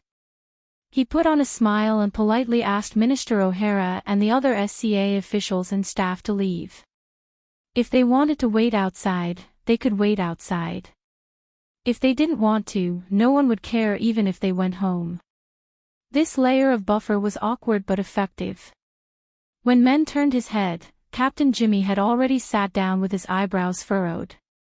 The intelligence personnel who were chased away felt like they had been pardoned. They focused on adjusting the remote channel and preparing for the meeting. Video conference. Reality conference. Tactical conference. After a quick exchange, the emotions of the operation team members in the warehouse were much more relaxed. They weren't unfamiliar with this kind of situation. As the new generation of burners equipped with the 7th generation Dynamo core and operating the latest Deep Blue platform, they were originally expensive experimental subjects. They were deployed all over the world to carry out various missions in order to continuously send back experimental data to support subsequent research. On a more realistic level, they also needed to form a brand new tactical system based on the new platform. It had already become a habit to have a tactical conference every 2 or 3 days to exchange experiences. Things like tonight, which consumed a large amount of resources to achieve the effect of long-distance reality communication on a global scale, only proved the importance of this conference. Captain Jimmy needed to carry out this conference as a tactical command. Everyone in the warehouse became busy. Have the surveillance personnel been withdrawn? In position in 4 minutes. Warning system activated. Inspecting mental link. Link node clear. Group synchronization rate at 97%. Connecting to mirror image 1 network. Connected. Two-way synchronization initiated. Environmental interference index normal. Captain Jimmy glanced at it and saw that the interference rate was floating around 2%. This rate was very low and had no practical value. However, it was already a relatively ideal state for long-distance communication. If it was a requirement for actual combat, it would be at least 10%, which was probably the standard of the previous version of formatted space. Their operation team's record was 47%. As for the laboratory environment, the highest record was a heaven-defying 70%, which was said to be able to kill even extraordinaries. Frankly speaking, up until now, Captain Jimmy wasn't particularly proficient in this kind of combat style. The laboratory, on the other hand, was thinking of all kinds of ways and opportunities to deepen the impression of this batch of experimental subjects. Reality information loading. Countdown to login. 3, 2, 1. The archetype format symbol that represented the transfer to virtual reality appeared and instantly enlarged. When the tetrahedron, inscribed, and circumscribed spheres expanded to the limit of vision, the emptiness of the central region opened up. The astral winds and clouds in the sky wrapped in the boundless dark curtain of night and rushed towards them. This might be a real scene, or it might be a completely virtual product. Captain Jimmy habitually moved his limbs, but the low interference rate and emptiness made this movement meaningless. He gave up on the warm-up and turned to look around. His operation team had finished assembling and was now in this airspace. In other directions, figures appeared one after another. Most of them were familiar faces. They were all burners who carried the Apocalypse experimental 7th generation Dynamo core. Director Yen is over there. Captain Jimmy quickly saw that their true leader, Yen Yongbua, who was known as the pioneer among burners, was not far to the side. He was a gloomy and paranoid guy. More importantly, his authority over the Dynamo core was one level higher than most of the people here. Whether it was public or private, Captain Jimmy had to go and greet him. Hold on. Men stopped him for a moment, indicating for Captain Jimmy to observe Yen Yongbua's expression. I'm afraid he's not in a good mood. Oh, virtual reality allowed everyone's external appearance and expression to obtain a high degree of restoration. It could be seen that Yen Yongbua's bad mood was already visible on his face. His face was ashen, clearly indicating that others should stay away. Captain Jimmy was also in a state of violent rage a few minutes ago, but when he saw Yen Yongbua's expression, he suddenly felt that it was better to calm down a bit, discussing their superiors was everyone's common hobby. Jimmy and Mend were no exception. I remember that he was in a good mood a few days ago. He was waiting to watch a good show. It's an auction. He's waiting for Professor Luo to make a fool of himself. TSK. The two of them understood. It was at this time that a clear graphic presentation appeared in the night of virtual reality. It went straight to the point, informing everyone of the topic of this conference, nature of the conference, tactical seminar. Objective of the conference: conduct an analysis and research on atypical extraordinaries and formulate a targeted tactical plan. Case reference: Intercontinental Airship Attack and Defense Battle Keywords: Luo Nan, True God, Pope of 100 Collections, Configuration: the night sky slightly rippled, and in the next second, an airship appeared in the clouds below. The airship indicator light attracted the gazes of most of the participants. Buzzing sounds of discussion arose. Since this was a tactical seminar, the public channels were all open.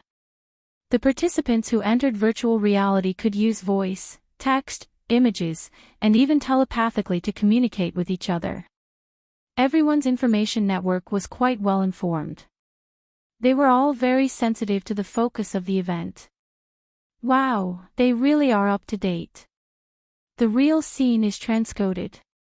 It's not a simulation. Is this first-hand information? Where did it come from? Look at this perspective. It's a mosaic of satellite images. How many satellites did they call over? Then what do you think of this close-up view? The emotions and curiosity of the participants were quickly squeezed out by the fast-paced, high-intensity conference. In reality, the vast majority of meaningless exchanges were suppressed to the point where they disappeared without a trace by the time the demonstration advanced to the stage of the chase between the True God and Luo Nan. And when the grand scene of the sunwheel descending and the cloud pass shattering arrived, everyone was already dizzy from the dazzling scene and the enormous flow of information. Captain Jimmy was one of those who were dizzy. The entire process was played once in less than half an hour. The edited version was played at least 20 times, and the key joints were emphasized over and over 200 times. He was still dizzy even when he returned to the real world.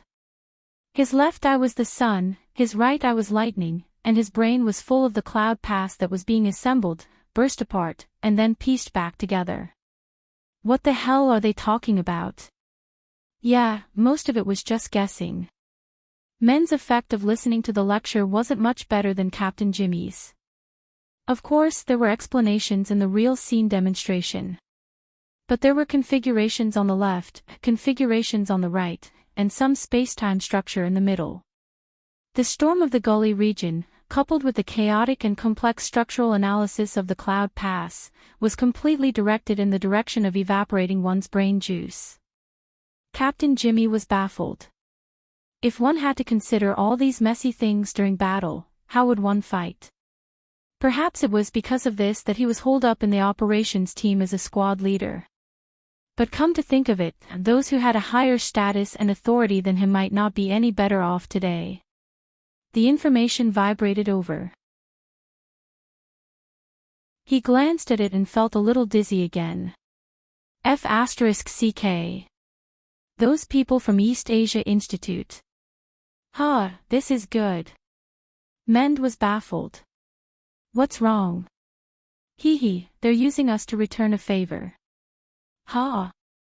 The tactical example just now, the one that just came out, seems to have returned the favor and taken it from the Amaterasu cult.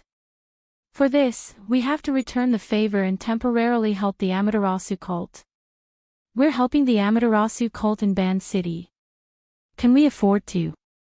That's what it means, high-level thugs. Captain Jimmy didn't mind at all. Rather than working for someone else, he was more interested in getting out of this boring old warehouse and actually doing something useful.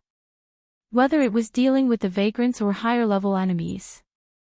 Mend, on the other hand, was thinking about something more practical. Who should we contact with the Amaterasu cult? This East Asia Institute is a little too much. Captain Jimmy was stunned. He looked at the contents of the mission again. There was no explanation in this regard at all. This was more troublesome. He tried to find the East Asia Institute to clarify things. Just then, he received an instant message. Captain Jimmy's expression changed immediately when he saw the message. Mend glanced at it and saw the words. By Sinyan. He snorted in his heart and instinctively thought of the worst. He looked at Captain Jimmy again. At this moment, his expression was even worse than Yan Yongbua's. In the sky above Ban City Airport, indicator lights and radio signals intertwined. After 4 to 5 hours of tossing and turning, the huge intercontinental airship returned to the airport. Sigh, on the airship that was about to land, Bai Xinyan sighed. Her slender fingers caressed her forehead, pretending to be weak.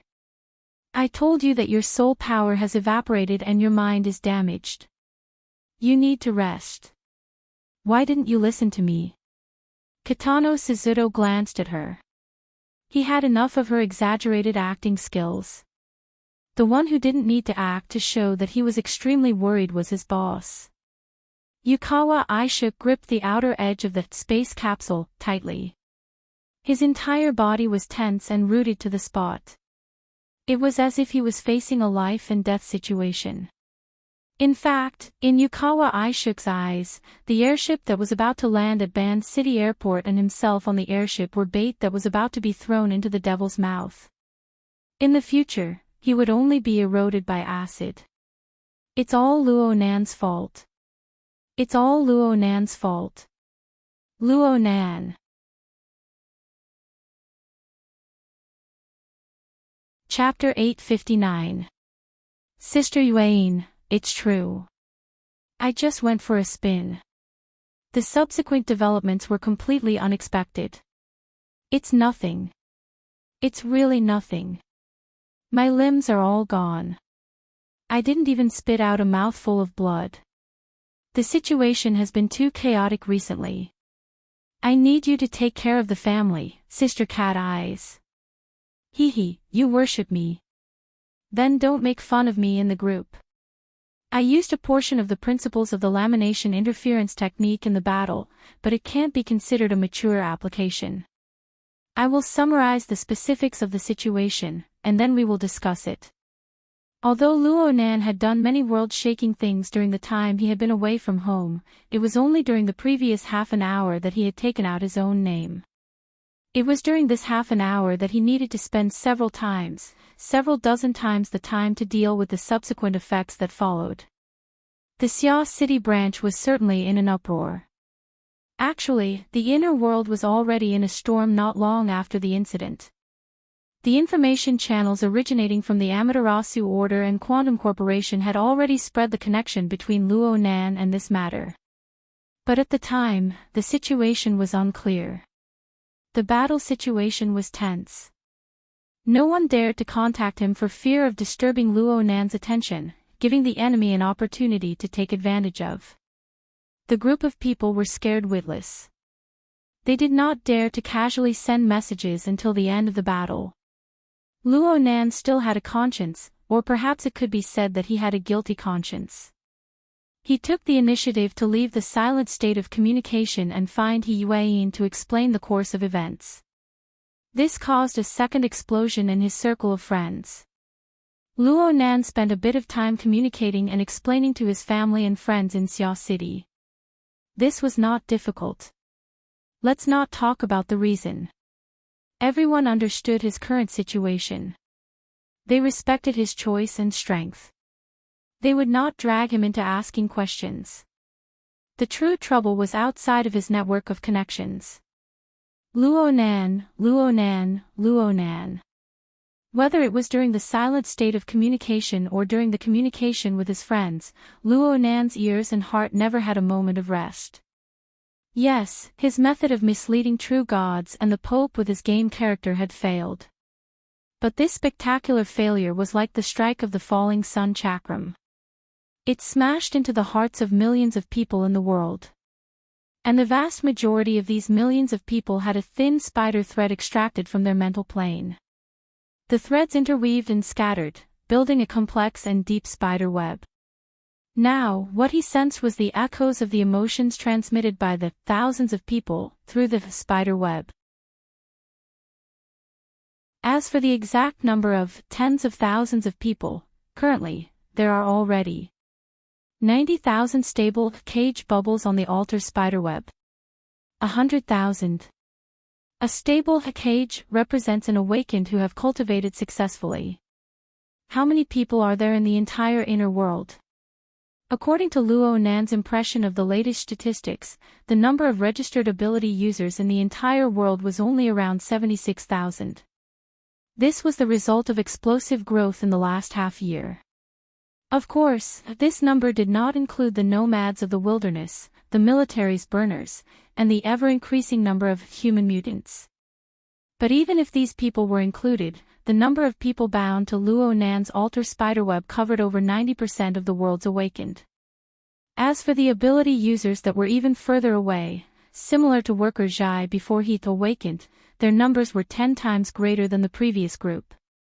Without a doubt, this was another full coverage. As for the bubbles of ordinary people that were born and extinguished with the passage of time, their scale was enormous, and their changes were rapid. They had already lost the meaning of statistics. Rather than calculating numbers, it was better to evaluate the breadth of the space they covered. It was more or less the same as the soul cloak. There definitely weren't this many in the past. Luo Nan had done a similar inventory before. It definitely wasn't on this scale. He had already guessed why. The daybreak nightmare is very powerful. The abyss world's might is boundless. But right now, this isn't the main point. Luo Nan's current name was only known by a few people in the government, the military, and the upper echelons of the business world. But from the perspective of the inner world, Luo Nan's name could already be said to shake the world. There was no one who didn't know him. Especially this sort of freshly minted extraordinary information. It involved extraordinaries, and it also stirred the secular world into action. It formed a news event with global influence. Anyone who was close to this circle could not avoid talking about it a few times. In this way, hundreds and thousands of people revolved around Luo Nan every minute and every second. Their thoughts unfolded, and they even conversed with this name. A storm of information and a maelstrom with no end gradually converged within the constantly changing space and time. If it were someone else, this storm would only exist within the transmission and storage of various media, relying on a material carrier to exist. But for Luo Nan, it was a different situation. The altar spiderweb stood in the void, appearing and disappearing in the hearts of people. The noise that echoed in the mind was like the vibrating hum of mosquitoes and flies. Not only did it make clear the core meaning, it also informed every noise-making node without restraint of the location, medium of transmission, flow trajectory, and even emotional color. This was the resonance between the human communication network and the altar spiderweb.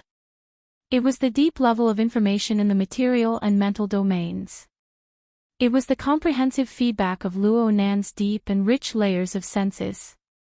At this very moment, Luo Nan's eyes and the bottom of his heart reflected such a complicated background and complex world. It was precisely because of the complexity that the noise surged with large amounts of repetitive and redundant information. It formed a surging flood that washed over him without end. This is a bit annoying. Though he said this, Luo Nan's state of mind was still quite calm. It was unknown when it started, but dealing with this information storm that could collapse and burn brain cells had already become a part of Luo Nan's daily life. The grand structure of the living starry sky, the global coverage of the soul cloak, the trillions of fragments of the misty maze, the sun wheel and absolute purgatory formed together into the abyss world. Again and again, each wave was more powerful than the last. In the end, Luo Nan was equipped with an immunity. This made him no longer drift with the tide.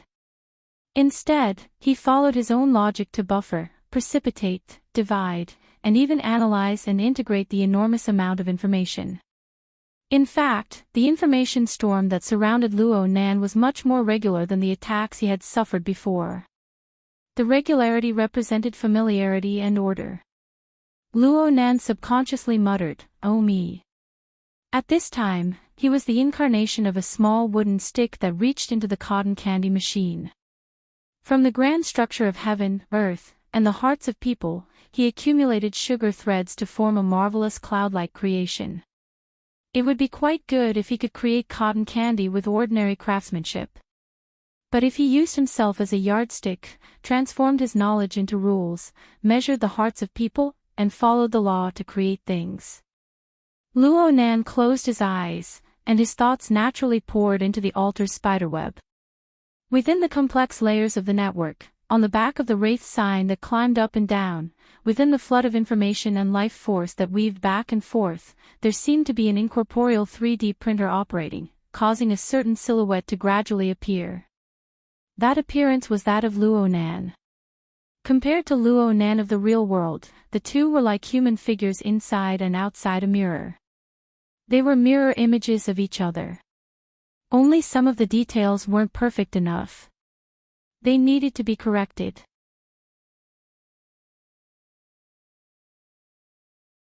Chapter 860. Everyone has a heart that strives for perfection. They want to fix imperfections. Luo Nan's thoughts shuttled back and forth on the mirror image, comparing it with each other. It was more or less the action of looking into a mirror. And the more he examined and corrected it, the more detailed the mirror image revealed. This was not strange. This was because this was the accumulation of images, emotions, and calculations in the hearts of hundreds of thousands of people. Thanks to the blessing of modern imaging technology, very few people would mistake him. At the very least, they had a basic understanding of his appearance. This guaranteed the basic recognition of the mirror image. But under the appearance of convergence, everyone had their own understanding of Luo Nan in their hearts. Just as the saying goes, different people have different opinions. The vast majority of people had fixed impressions based on the guidance of various media, but they more or less had their own opinions. There were overpraise, prejudice, vilification. And they were using modern convenient channels of information to rapidly communicate with each other, influencing and overlaying each other. In this way, the corresponding accumulation of images became more and more cumbersome, redundant, complex, and contradictory. Most importantly, it was distorted. This gave Luo Nan the fulcrum to pry open people's hearts. But it was precisely this distortion that passed through the spiderweb of the altar and converged onto the mirror image. The surface was calm, but the inside was conflicting and colliding with each other. It could collapse and fall apart at any time. The reason why it did not collapse was because the mirror image existed in advance. It was the basic core that Luo Nan had already established. It was built on the foundation of formatting theory. It went through the polishing of the 9 orifices 6 roots martial arts philosophy. It went through the deepening of coupling theory, and it went through the immersion of the condensation ring and other configuration concepts. Luo Nan relied on this to construct the glorious and resplendent living starry sky, touching upon every corner of the complex and real world. Of course, the system brought by the wraith sign had always surrounded and influenced him. And all of this, if traced back to the source, could be attributed to the abyssal world sun will and absolute hell. It was a vast and dangerous balance. Luo Nan had deduced this when he researched the lamination interference technique. Now he naturally used it. It was this clear dissection that anchored a relatively stable fulcrum for Luo Nan between heaven, earth, and the hearts of people. The changes of the wind and clouds in the surroundings had a fixed foundation. It could be deduced and born from basic rules. Of course, these rules were still fuzzy, but they were already divided into near and far, virtual and real and illusory. Even in the complex overlapping space and time, in the distorted and chaotic bewilderment of the hearts, they could still firmly exist. And on this foundation, they dealt with the distorted image transmitted by the alter's spiderweb and deduced more essential things. Overall, this core might not be and the core might not be perfect, but its source was clear and the direction was correct. At this moment, it could be seen that the torrent of thoughts formed by hundreds of thousands of people was not entirely a burden. It was good to have those distortions, contradictions, and conflicts. Though some of the images of Luo Nan in people's hearts weren't realistic enough, they were proven to be achievable through deduction. They harvested some fantastic ideas. Some of them appeared to be very reasonable, but after deduction, they discovered that their current strength was insufficient. There were also some that were completely off the mark in their deductions. Their roots were wrong, and they didn't belong to him at all. So in Luo Nan's eyes, the mirror image on the alter's spiderweb grew more and more real. The distorted and chaotic elements were gradually expelled from the mirror image. They were like clouds of mist, spiraling and undulating. Oh, was it a misconception? Luo Nan suddenly sensed something. The veil of invisibility that his main body carried seemed to have become a bit thicker. That's right. Luo Nan even captured the source of the change. The mist that had been expelled formed a mirror image as well. It crossed the barrier between real and illusory, entering the domain of the real world. It reacted with the veil of invisibility, fusing with the veil of invisibility. It was an order that had existed long ago. Luo Nan's thoughts followed the distorted elements and transformed mist. They naturally entered the depths of the veil of invisibility, touching upon the veil of mist and the order that had existed long ago. It was like an ornament that hung behind a gauze curtain. It was faintly discernible, but it was arranged in disorder and categorized. Every individual ornament was a convoluted creation of its own rules. There seemed to be some sort of orderly connection between them. Without a doubt, these were all things that had been analyzed, used, and stored by the stacking interference technique. When combined with the essence of this technique, it was like a mask. As long as one put it on, one would instantly become another person. Of course, the vast majority of these masks could not be used. After all, Luo Nan had yet to create a true corresponding spirit core. He had only drafted a private version of the configuration design. This was the difference between the public version and the private version. There were many intelligent and automated steps that required him to do it personally. He had to research and ponder over them one by one to find the corresponding activation program. Only then could he use them. But in any case, he had walked the right path.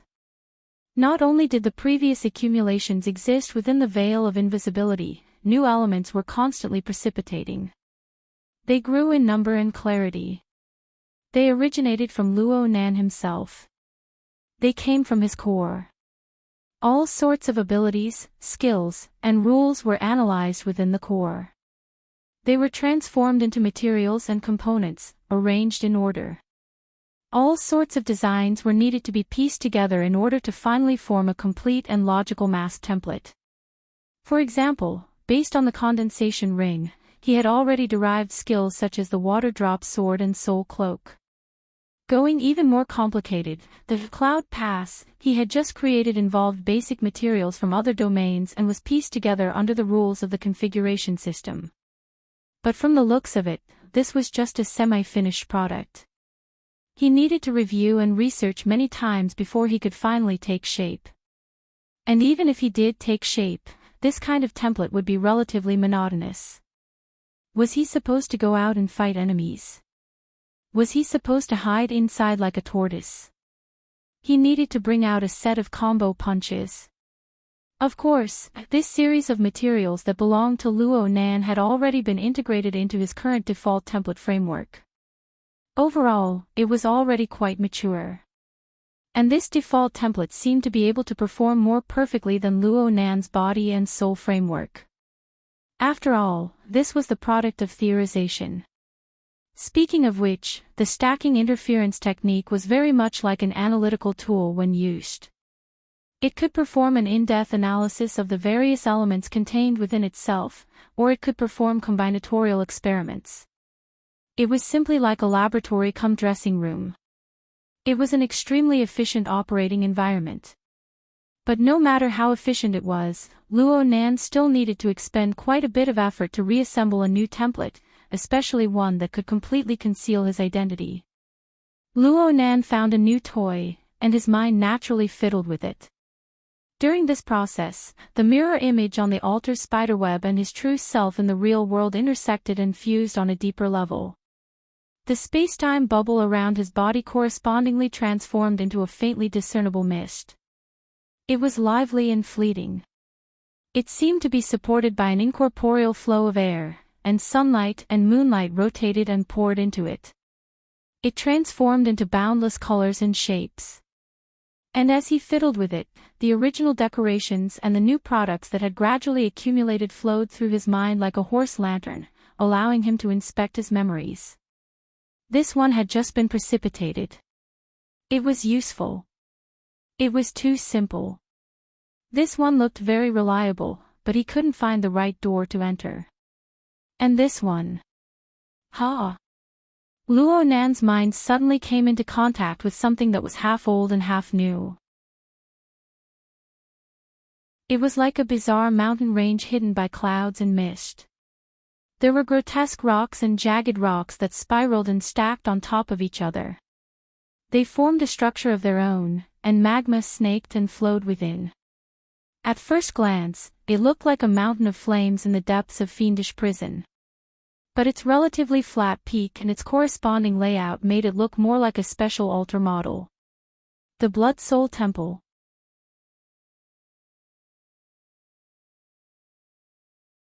Chapter 861. Snake Tongue suddenly woke up from her meditative state. The living room of the yacht was empty. Yin Lo was nowhere to be seen. The virtual work area was still lit up, and the interface was constantly refreshing with information. Ability users from all over the world were revolving around the hot topic of last night. Wave after wave of discussions were launched, and the keywords were none other than Luo Nan, the airship, the Amaterasu order, and so on. For the spectators, the matter was over, and it was time for them to show their strength. But for the people involved, was it really over? Snake Tongue looked at the time. It was approximately 4 a.m. It had only been 5 or 6 hours since the intercontinental airship incident. The atmosphere in Band City was still very low, making her heart feel heavy. Snake Tongue adjusted her aura and followed the feeling in her heart. She slowly stood up. There was no one around, but she still took traditional steps out of the living room and took the small elevator to the upper deck. There were few lights on the passenger terminal, but the darkest hour had passed. The railings on the deck chairs, and other decorations all revealed their silhouettes in the dusk. At the same time, there was a figure at the bow of the ship, who knew how long it had been standing there. Secretary Yin. Madam North Mountain. Even though they had adjusted it many times, the way they addressed each other was not precise enough. They were unfamiliar and polite, just like their relationship. Don't you want to rest for a while? There are some matters in the headquarters that need to be dealt with. Thank you for your hard work. D City was 3 hours earlier than Band City, so it was about time to deal with things. Needless to say, some things did not care about time. Just like this moment. Snake Tongue only casually greeted him. Her gaze and mind were cast outside the yacht. The bow of the anchored yacht was pointing towards the east. The lake was vast, and one could see everything at a glance. One could even see the glaze that had been quietly painted on where the water met the sky. At this time, the ground was still being colored layer by layer. A few clouds were piled there randomly. Stirred by the changing colors, they vaguely turned into indigo mountains, adding a sense of composition to the design. Snake Tongue furrowed her brows slightly. She looked at the sky and clouds in the distance, which were gradually brightening. The feeling in her heart seemed to have been illuminated a little, but it still wasn't vivid enough. Enlu followed her line of sight and gently exhaled. Is it sunrise? I thought there would be no sun today, thick clouds, and low atmospheric pressure. It doesn't feel good enough. The conversation that had been going on and on was suddenly stuck here. In fact, both sides of the conversation had captured a common understanding from each other's perception. They didn't say anything else and just stared at the boundary of the water and sky from afar. The sun was still below the horizon, but at this moment, in the layers of glaze, in the indigo mist mountain range, there was clearly a different type of power stirring restlessly. It was hidden deep under the vast laws of nature, but it could not wait to stretch out its claws. It was even half a step beyond the newborn sun. In the eastern horizon, it pressed out a ferocious shape. Yun! Enlu exclaimed. The azure cloud peak that was piled up on the horizon suddenly collapsed.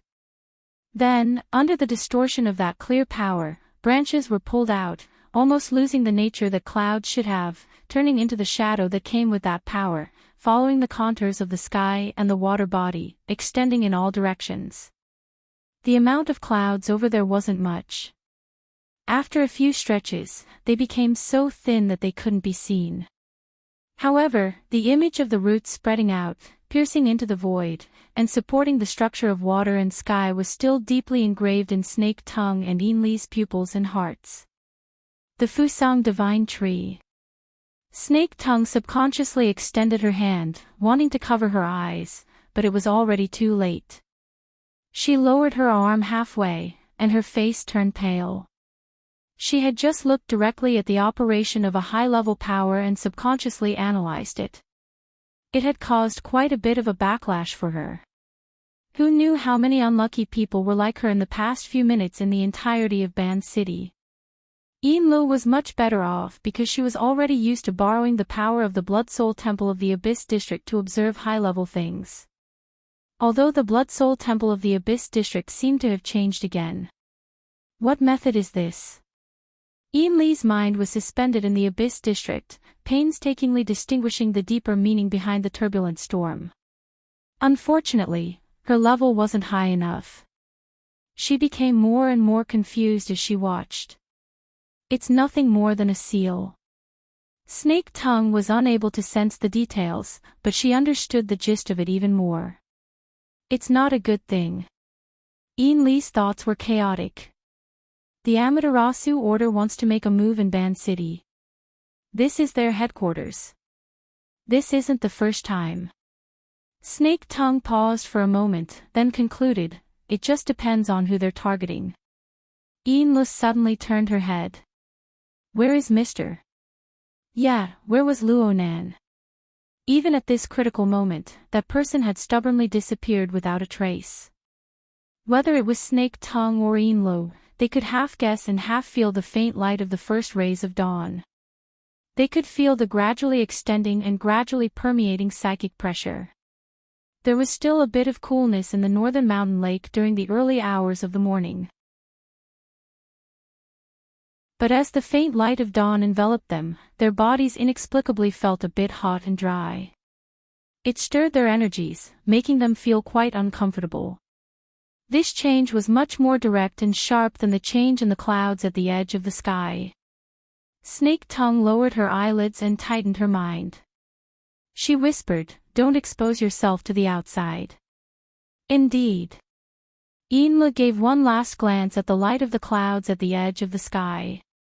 She turned around and walked back, but she hadn't taken 2 steps when she sensed something at the same time as Snake Tongue.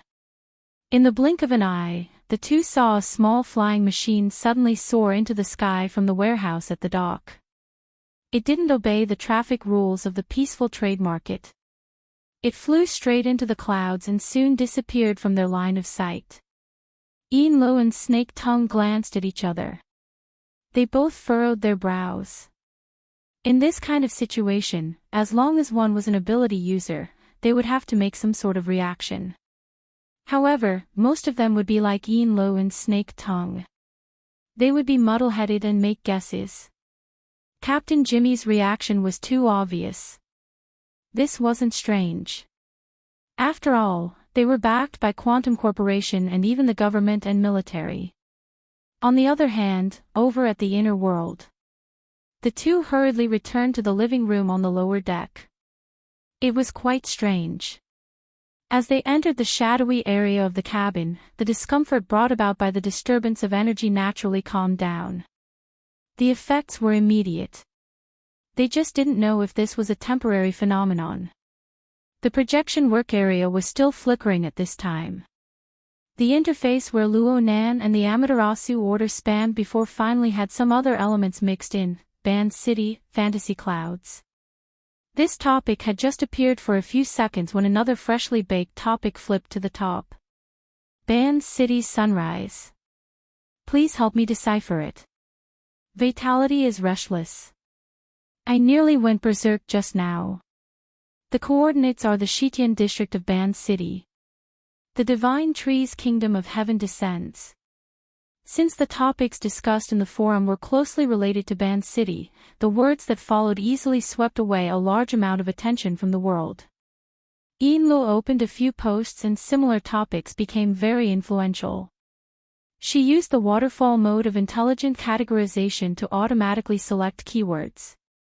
She scrolled for over half an hour, but the more she scrolled, the more she scrolled.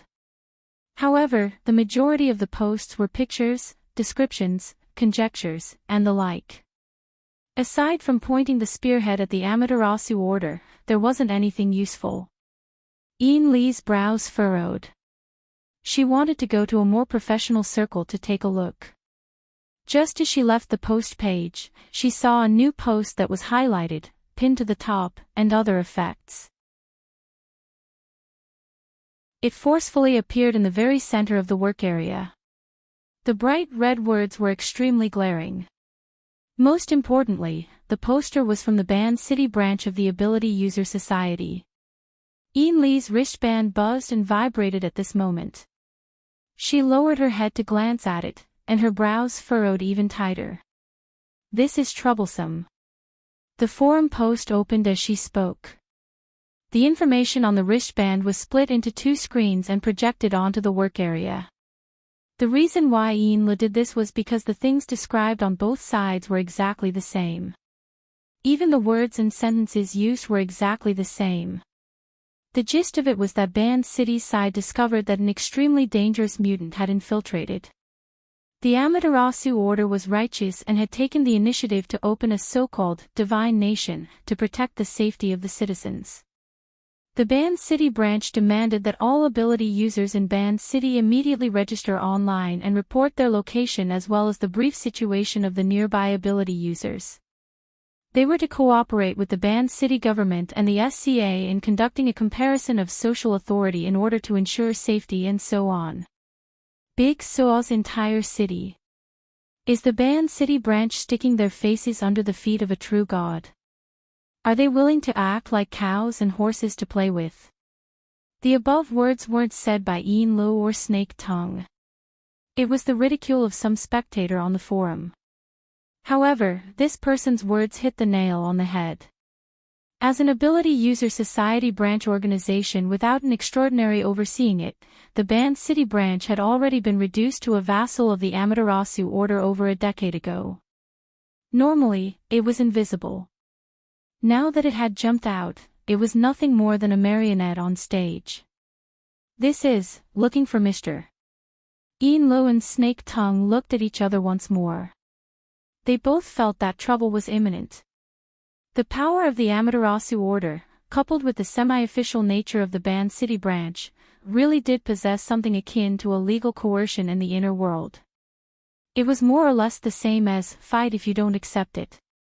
Even if they were cooperating, Yinlu could go register, but she was the only candidate who could register. It was true that Snake Tongue had an ordinary identity in Band City, but in the end, it was just a facade. She had always hidden her true identity and notoriety. Not to mention Luonan, who had made his debut under the name of Mr. Mo. However, there was no such person as Mr. Mo in this world. Even though Enle had left some arrangements in D City over the past 2 days, it was enough to deal with normal situations. The people on the ship gathered together and corroborated each other. The logical clues were chaotic. To sum it up, suspects. However, wasn't this a bit of a roundabout way too big? I thought we were going to charge into geosynchronous orbit and then turn back. Isn't Mars better? Captain Jimmy walked into the main hall with large strides. He had circled back from the Quantum Corporation branch in Band City. The private airship had just finished connecting with his flying craft. However, the sarcasm in his words was not limited to his family's itinerary. Bai Xinyan could be seen from afar standing in front of a projected area that was not yet clear. Her complexion was normal, and she was even smiling and greeting Captain Jimmy. Next to her was Yukawa Isuk. He had an unlucky expression on his face. He was sickly and dispirited. He turned a blind eye to Captain Jimmy's arrival. "You're beating around the bush because you can't find him.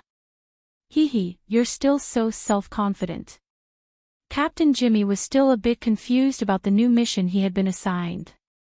He only knew that he was to assist the Amaterasu Order in finding a powerful individual who had been in hiding for a long time. However, this did not stop him from fiercely attacking Bai Xinyan when the opportunity presented itself. This is the truth. The Amaterasu Order has used methods that are close to flipping the table. From sunrise until now, they still haven't locked onto their target. Bai Xinyan carelessly brought up the Amaterasu Order. It said that this is due to the surrounding area having some convoluted and distorted spacetime dimensions. Excluding natural phenomena, it's the interference of the extraordinary plane. It's a shielding interference. It's also a big problem. The one who concluded was a middle-aged man of unclear age. He did not come here in person, but rather appeared in the projection area. The most direct impression he gave others was that he was bald. His eyebrows and beard were sparse, and his skin was pale. He gave others the feeling that he didn't have enough nutrients to support the growth of his hair. He looked very thin and weak. Perhaps this had something to do with the large robe he wore. The 7th generation Dynamo Core had already recorded the data of all the extraordinaries in the world, and it was updated in real time. Captain Jimmy completed the match in the first instance. He immediately straightened his legs and puffed out his chest. "Your Majesty." This bald middle-aged man was the Pope of the 100 Collections. Jimmy was still puzzled. This Majesty had just finished attacking Luo Nan, yet he came back to find trouble. Where was the logic? Captain Jimmy was not an idiot. He looked at the 3 people gathered before him and thought of last night's arduous training. He suddenly grasped the inner connection within. Trouble equals Luo Nan. Was this scene set up for Luo Nan? But wasn't that fellow several thousand kilometers away? Could it be that he had returned? Bai Xinyan suddenly asked, "Your Majesty, do you think that there's someone behind Luo Nan?" "There's no need to rush to conclusions." The Pope of the 100 Collections faintly smiled. His face was sparse with hair, and his expression was amiable. "The truth is that there's a strange existence in Band City right now. He's suspected to be an extraordinary, but he's different from all the other extraordinaries on Earth. Of course, we need to investigate his background. He might not be a living person. If he's not a living person, then what is he? It's hard to estimate. The initial probing won't have any results. After all, I'm not proficient in the mental side." The Pope of the Amaterasu Order, Majesty, was the spiritual leader of millions of believers. He was the world's top mental extraordinaire. For him to say that he wasn't proficient in the mental side was truly the biggest joke in the world. The Pope still smiled amiably. "You can't view the convenience of horse racing as an ability. Besides, there's no future in the mental side. Perhaps you agree." Captain Jimmy discovered that he couldn't get a word in edgewise. He was the same as Yukawa I shook next to him. They were completely superfluous. He only heard Bai Xinyan respond. The road ahead was paved by a character like Majesty. How could I think so much? Oh, the registration of the Ban City branch has been updated. Tell me about it.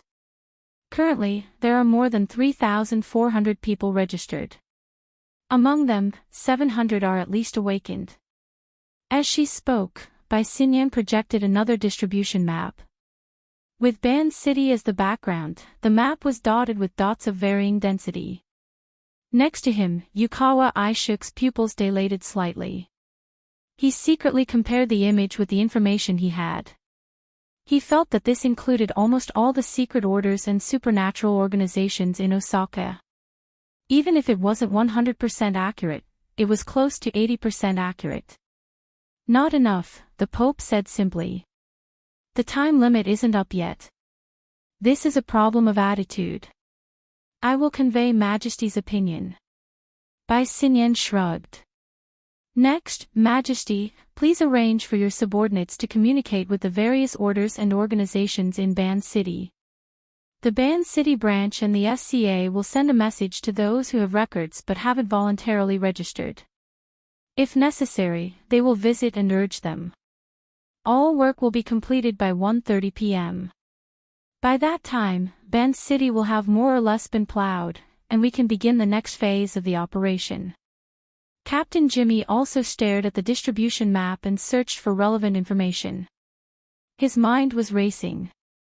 After a few seconds, he suddenly spoke. Does our team also need to report? Bai Xinyan glanced at him. Her eyes were clear and calm, but in Captain Jimmy's eyes, there was a hidden meaning. He liked this, especially liked to destroy this. So, he spoke again. For the past few days, we have been neighbors with a few aptitude users. We also watched them work and discuss business. They probably aren't locals of Ban City. So far, it seems like they haven't registered yet.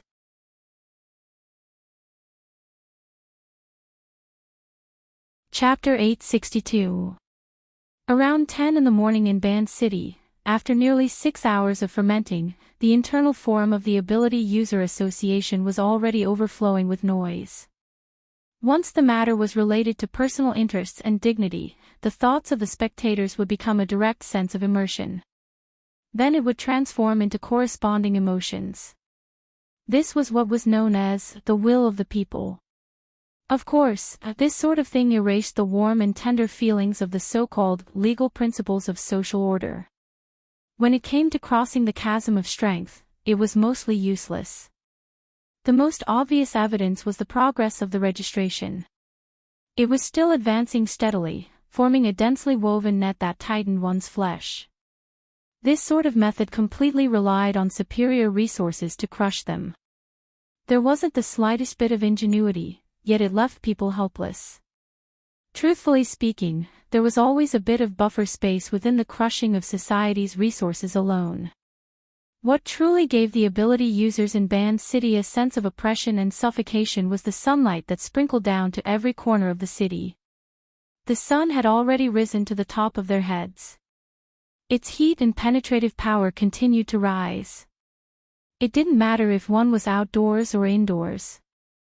It didn't matter if one was exposed to direct sunlight or hidden in the shadows. The all-pervasive light waves could always permeate the surroundings of people. They carried the tyrannical interference imprint of the Amaterasu order. They were like demonic eyes floating in the air, radiating a gaze filled with blazing malice. Ian Lo and Snake Tongue were on the bottom deck. For the first time, they felt resentment towards the brilliant lighting design of this area. They had already closed the light baffles of the portholes, isolating them as much as possible from the sunlight. The lights inside were also extinguished to distinguish the direction of the penetrating light. The entire living room was dusky. The only source of light was the virtual work area. Subconsciously, Ian Lo and Snake Tongue had already stopped conversing. Their body movements grew less and less. They even stopped looking at the constantly refreshing forum messages. They each occupied a different angle, curled up their bodies, and restrained their auras. It was as if they were in a narrow and claustrophobic cage under 24-hour surveillance. They were like clay sculptures or wooden statues. They didn't know whether or not they had already been exposed. In fact, it didn't matter whether they knew or not. Right now, all responses and all pretenses would become weak and laughable in the face of the chasm that was like a heavenly moat. Frequently coming into contact with existences of that level, they had a corresponding introspection and self-awareness. Time passed little by little. Snake Tongue's state of mind went from doubt to disturbance, and then gradually returned to tranquility. His rich life experience, especially in the past half a year, had already polished a persevering and tenacious heart. She temporarily couldn't understand life and death, but as long as she could survive, no matter how difficult the situation was, it didn't seem to be more torturous than the previous 200 days. When one's heart calmed down, one's senses would naturally arise. The feeling did not originate from the stimulation of the sky barrier, but from the spiritual level. It was almost a natural disturbance, like air currents and water waves. They had existed since a long time ago, but they were too common, causing people to unconsciously overlook them. Snake Tongue even felt that this wasn't an external stimulus, but rather a subtle and mysterious connection. At this moment, all external activities were immersed in a high-risk environment, and she was under multiple constraints and restrictions. Moreover, it was not a good time to meditate and cultivate, so her attention was naturally drawn by this subtle connection. Furthermore, she also discovered that the other end of the connection, or rather, a key node, was right beside her. It was on Enlu, who had also entered a state of silence. This was the so-called subtle mystery. Once the mind was biased, the connection between the two would naturally be strengthened. On the other side, the eyelids of Enlu, who had her eyes closed in contemplation, twitched. She opened her eyes to a slit, and her pupils turned slightly to make contact with Snake Tongue's gaze. This allowed her to further confirm that the connection really did exist, and it was extremely sharp. Was this a type of mutual telepathy? It was more or less related to Luonan. When was it established? What was the point of safety in the current situation? The thoughts in Snake Tongue's mind couldn't help but grow, but she soon came to a realization. There was no meaning in thinking about these things because she most likely wouldn't obtain an immediate answer. It was clear that although Enlu sensed it, she was in a state of astonishment. Just as both sides were probing, contacting, and researching, a telepathic thought suddenly interjected. It was unfamiliar beyond their imaginations, but it had the flavor of familiarity. It was like a drunken stupor and relaxation. A new person has entered the boss's territory. What's the situation right now? The sudden insertion of his will instantly picked up the obscure form and caused the power behind this layer of subtle connection to expand with a hum. The increase in energy level brought about a direct feeling, which was the change in luminosity. It was like a flash of light in a dark room. It flickered and died, but it was enough for people to see the outline of a scene that exceeded their expectations. Of course, this was on the mental plane. Whether it was Enlu or Snake Tongue, they were both shocked. In comparison, Enli's mental strength was a notch lower. Her habitually suppressed telepathic thought had a clear increase. It was as if a bomb had been set off in a relatively quiet space. Who is it? A pitiful person who works for some boss. Perhaps the other party felt that this explanation was too confusing, so she added, to put it nicely, I'm like a secretary or a maid. To put it bluntly, I'm like a leashed cat or dog. I forgot to introduce myself. I'm called Cat Eyes. When the other party frankly introduced herself, the latent power that had burst forth from the stimulation of their telepathic exchange returned to tranquility. It quickly settled down, just like a flash of light that had been polished and then extinguished. It was just that after settling down, the flickering embers naturally possessed a certain law. When Cat Eyes finished introducing herself, the result of the law's guidance had already changed from a quantitative change to a qualitative change. It had accumulated to a meaning of existence that could be sensed by the 3 female ability users of similar statuses. This was a relatively meticulous structure, and it possessed an extremely distinct sense of space. Cat Eyes, Snake Tongue, and Enlo resided on the mental plane. Their eyes, ears, mouth, nose, and all sorts of other senses, as well as their perception of the external material world, were separated by a layer. Only the mental plane, the law and order that gradually became clear, gradually appeared in a pattern that they could understand. The feeling of the flash of light in the dark room was far too vivid, so much so that the 3 of them still felt that this was a dusky room of unknown size. They maintained a relatively close distance between each other, similar to the type where they stood side by side. Due to the accumulation of changes in their perception, Snake Tongue and Enlo weren't able to react in time to Cat Eye's self-introduction. Only after a few seconds did Enlo speak: Cat Eyes. Xia City's Cat Eyes. After half a year of in-depth understanding, Enlo naturally knew that Cat Eyes was a member of Luo Nan's circle of friends. But for them to meet under these circumstances, it seemed that their identities weren't as simple as just friends. If it was a deeper layer, was she a forbidden zone? It had to be said that Cat Eyes' attitude gave the 3 a good start in their interaction. Under her good example, and of course within Luo Nan's domain, Snake Tongue and Enlo had no meaning in hiding their identities. Their self-introductions naturally came. There was a certain awkwardness in this period of time. After all, their identities and positions were more or less contradictory in the public social network of the inner world. However, Cat Eyes didn't nitpick. Whether it was Enlo, who came from the Blood Flame Order, who was deeply involved in the Sun Jai intermediary case, or Enlo, who was once her mortal enemy, Snake Tongue, who was theoretically missing or even dead, she only clicked her tongue twice. She quickly returned to a more realistic level. You guys are all in Band City. What are you helping him do? Work. Daily life. Warm the bed. We're just listening to Mr.'s arrangements. Enlo appropriately followed up, allowing the idle chatter to have a relatively smooth relay.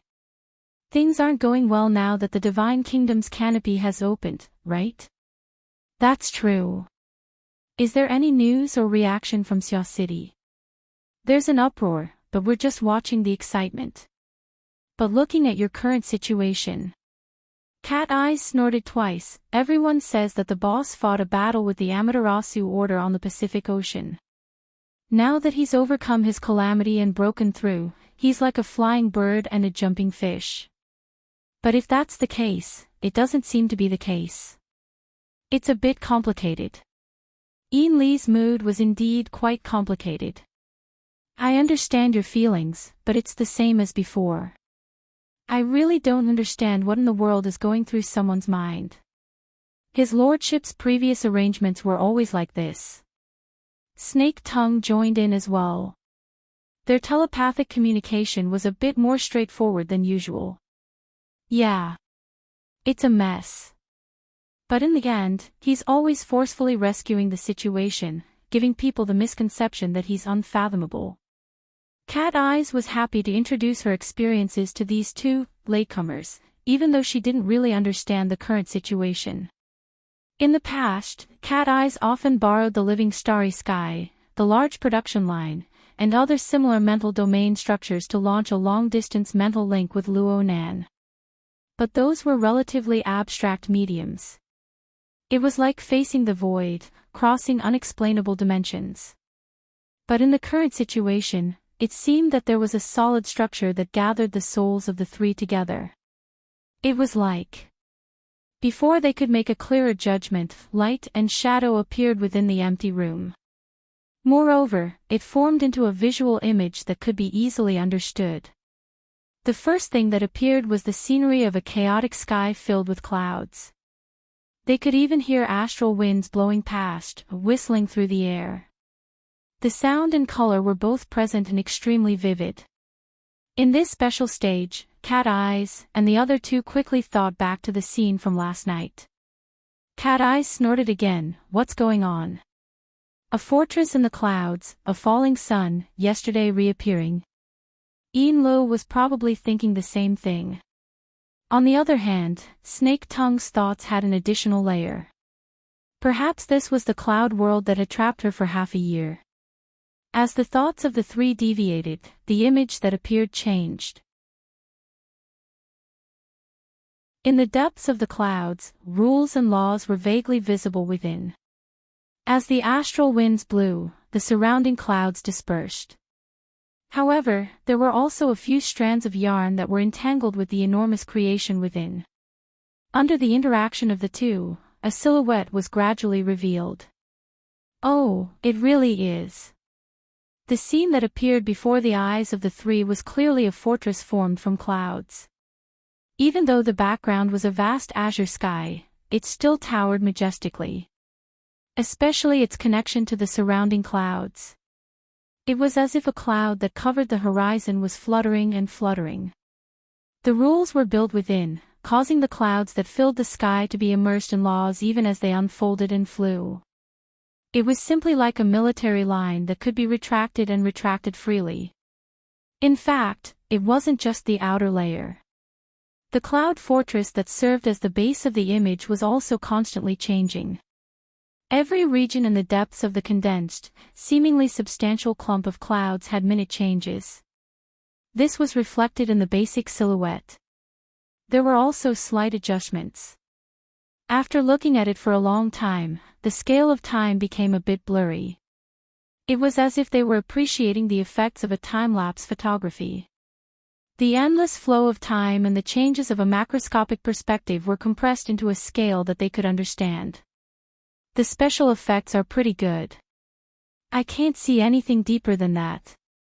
Cat Eye's evaluation was basically the consensus of the three. From the looks of it, the image displayed was still a certain distance from the real world. It was as if the three of them were in a movie theater, watching the image displayed on an enormous screen. If one were to lower their expectations, it could be considered more realistic. But if one were to use a harsh attitude to evaluate it, there was a barrier called reality between them and the image.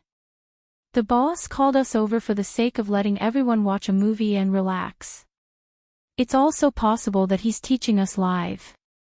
When considering Luo Nan's temperament, as well as the fact that they couldn't relax in Ban City, Cat Eye's second half of her judgment was quite agreeable. The three of them were all observing and pondering. The large screen in front of them was playing what seemed to be a large-scale production, but it still lacked an immersive experience. It was as if the three of them were sitting in a traditional movie theater.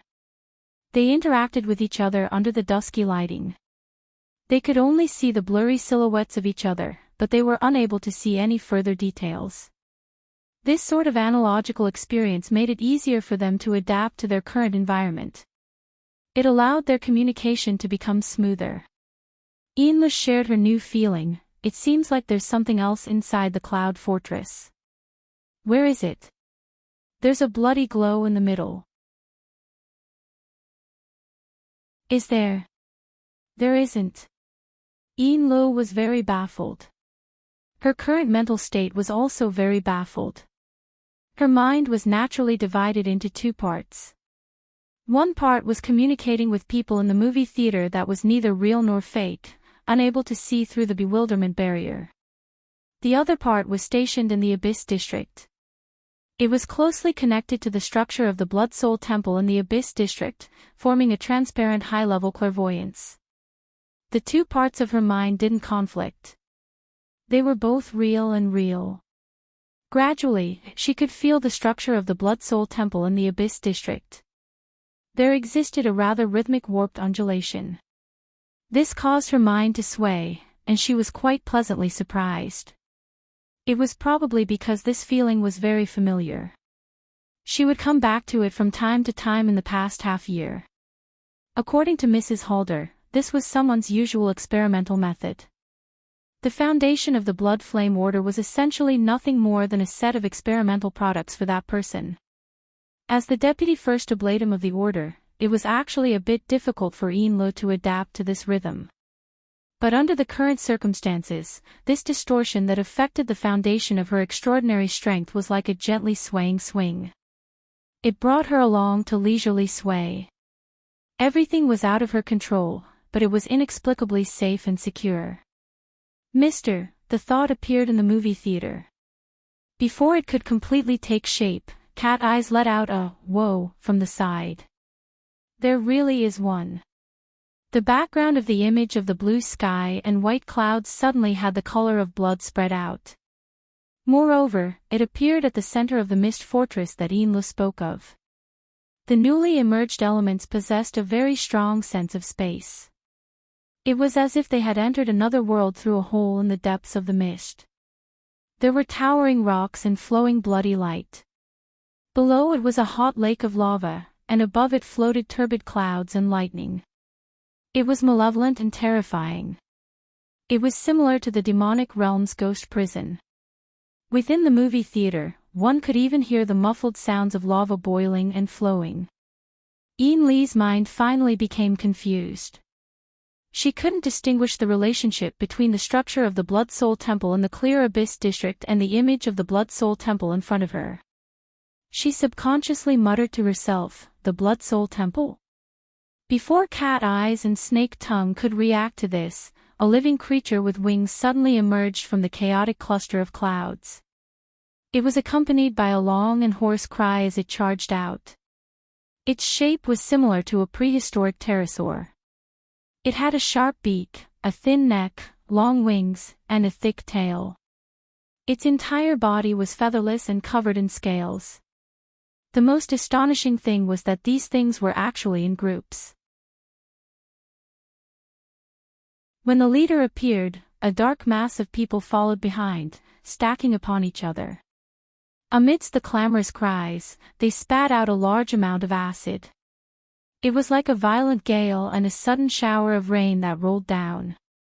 The cloud was wrapped in acid rain. Suddenly, lightning flashed and thunder roared. Amidst the crackling sounds of exploding lightning, a group of beetles resembling a black cloud appeared. It was unknown how many thousands or tens of thousands of them buzzed out. What followed was an absurd amount of meteors that were thrown down. However, halfway through, one could see that each and every one of them had their limbs bunched up. It was difficult to distinguish their stone humanoid forms as they were thrown down towards the bottomless layer of clouds, and this was just the beginning. In a few breaths of time, there were countless waves of marvelous creatures that appeared from within the cluster of clouds and lightning. Behind them, there were even man-made flying machines and large mechas rushing out. Occasionally, there would be a few illusory human figures whose faces could not be seen clearly. They either spiraled in the air, dropped down at high speeds, or attacked each other. They occupied the entire screen of the image. The three female ability users in the movie theater seemed to be watching an absurd fantasy war film. It also seemed as if they had fallen into some absurd dreamland.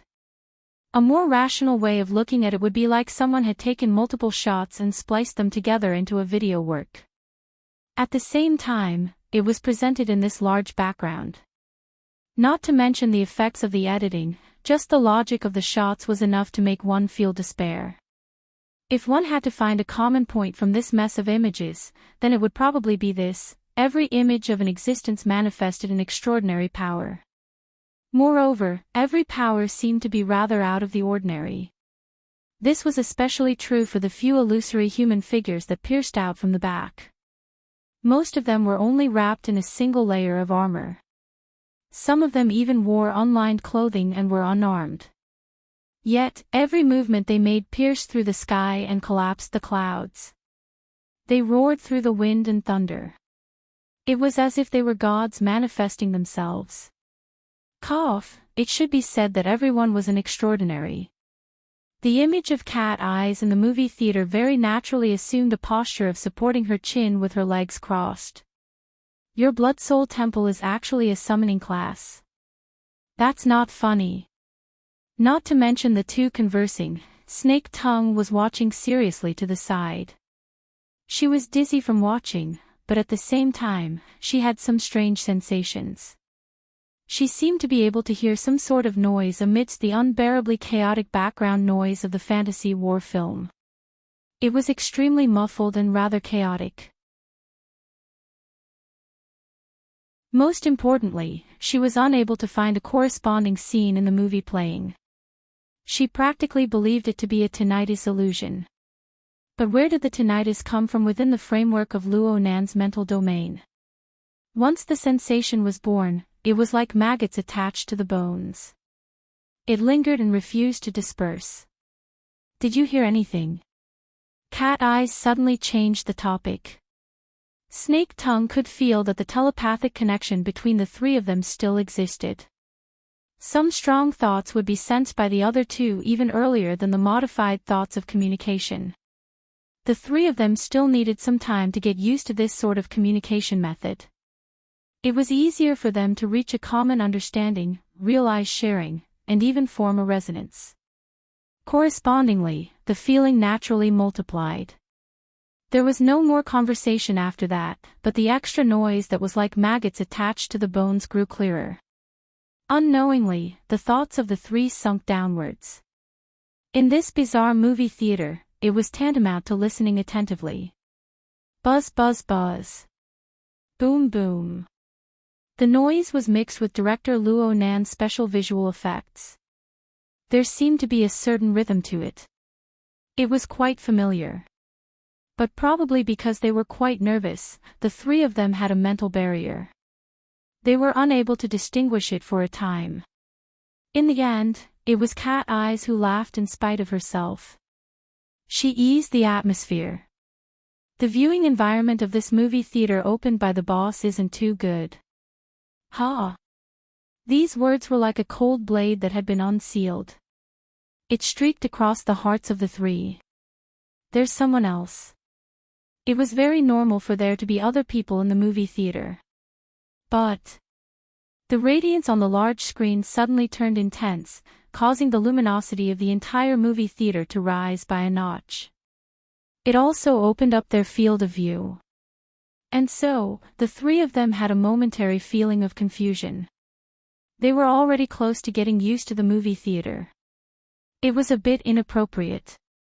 They really were in a sealed space, and they really were watching a video. But this space was much larger than the movie theater. It was like an enormous stadium. It was stuffed to the brim. The problem was that aside from the three of them, the other people were no longer silhouettes or silhouettes. Instead, they were densely packed with turbid smoke. The smoke itself didn't seem to flow, but it really did exist. And in the deepest depths of the smoke, there seemed to be gloomy flames. They were one after another, and their boundaries could not be seen. They were like swaying soul fire. Cat Eyes, Snake Tongue, and Yinlu had a mental interaction once more. Their blood ran cold. Inside the movie theater. Even if it was a movie theater, it wasn't just the three of them. There were other people. There were many, many people. They existed in an even more chaotic and fuzzy form. The additional noise seemed to be the whispers and discussions of these people. In addition, there was also clatter clatter clatter. It was unknown when, but the fine sound of trembling chains had emerged from within the turbid mist soulfire. It rang in their ears, and it was also boundlessly far away. If one were to carefully experience it, it would seem as though the chains were probing out from the depths of their souls. One end was locked, and the other end was connected. They were connected to a boundless and enormous net of chains. Every person within the movie theater, regardless of whether they were complete or incomplete, was a tiny node in this enormous net. This. Cat Eyes clearly recalled the nightmare from a few days ago. This memory was conveniently shared with the other two, and the corresponding emotions were transmitted back. Her willpower was trembling unconsciously. The structure before her eyes was becoming more and more different from the movie theater. It was to the point that a more suitable name was given: an altar. An enormous altar. An innumerable number of believers surrounded the surroundings, attentively watching the chaotic image in the center, or perhaps it could be called a miracle. They also offered their souls to the miracle. The power of the sacrifice transformed into invisible flames that resonated with the miracle on the altar. It provided energy and also refined the images, allowing the gaps to be mended and naturally transition until they became one. Within the space of the altar, there were millions and millions of souls. The chains connected, sacrificed, and smelted, forming a complete closed loop. This was no longer a movie. The vivid and lifelike images and inconceivable scenes were merely embroidery that floated on the outer layer of true power. As the power trembled, it seemed to exist in the form of a living being. As for what the deeper nature of this power was, just below the trembling embroidery, a ferocious shadow suddenly appeared. Although it was only half a body, one could already see the ugly appearance of a human face, an arachnid body, and 6 different colored pupils. The instant this demonic shadow appeared, the surroundings of the entire altar seemed to be burning with a layer of raging flames. The flames scorched the mind and scattered fear. It was as if all the destructive power within the chaotic image in the center was projected onto the plane of reality. But it was only as if. The malevolent demonic shadow arched its body halfway out when a foot stomped heavily on its back. A complete and familiar silhouette of a human stepped on the arachnid demonic shadow, appearing within the vision of the consciousness of the 3 clear-headed people. Luo Nan. The embroidery of true power trembled even more violently. It was thanks to them that the body of power, which was originally invisible and unfathomable, had vaguely transformed into an enormous cloak. It encircled Luo Nan's body, conforming to the marvelous rhythm of Luo Nan's existence as it trembled and tumbled. They could only see that Luo Nan was the core of the cloak, but they could not see where it extended to. Luo Nan created all of this. He dominated all of this. He obtained all of this. He was at the center of the cloak. He was at the center of the altar. He was at the center of the entire system. He controlled and bore the weight of all of this. Therefore, he naturally became the focal point of everything. He did not look in any direction. He was like a statue of a god worshipped in a temple, watching over everyone. Cat Eyes could feel that the other 2 had already assimilated into the scene. Although they had entered later, they were more receptive to this scene than she was. Perhaps this was how the Luo Nan in their hearts should be. But she thought about their first meeting a few months ago. She thought about their contact in reality and compared it to the image before her eyes. She subconsciously felt an even more intense tremble. This bit of emotional reaction was soon drowned in that damned resonance. Perhaps it was precisely because of this resonance that the rhythm of the noise that made one's scalp go numb became even more distinct. In the end, it unified into some sort of hymn. Millions and millions of people chanted in unison. Cat Eyes chanted along, but the contents of her chant were far too vague. She chanted a bit in a muddled daze. She vaguely felt that the enormous cloak was a bit closer to her. It fluttered and brushed past her face. It flooded her mind, covering her in an unknown layer. All of the distractions completely receded at this moment. Only the words of praise emerged from the bottom of her heart.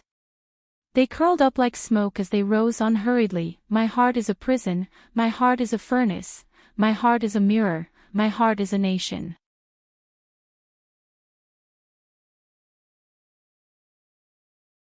Chapter 863.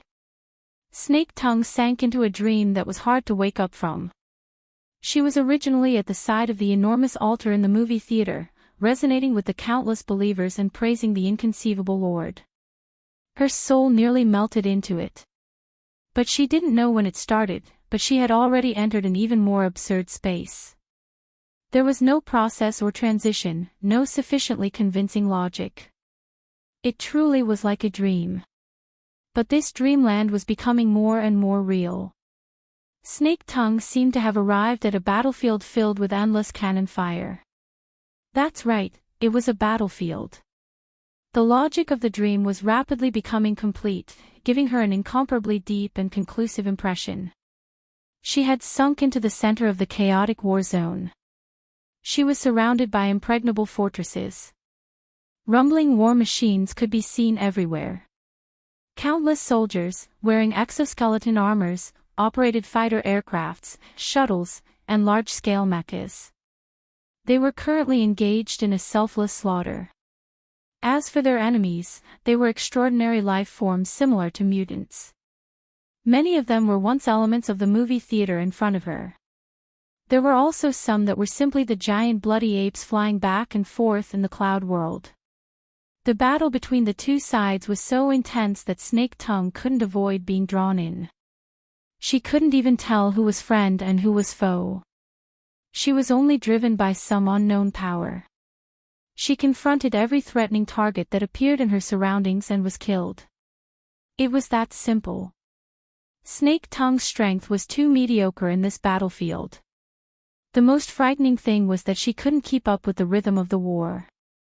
As a cursemancer, she wasn't used to this kind of chaotic, intense, and tornado-like killing situation. It was as if she had sunk into an enormous meat grinder.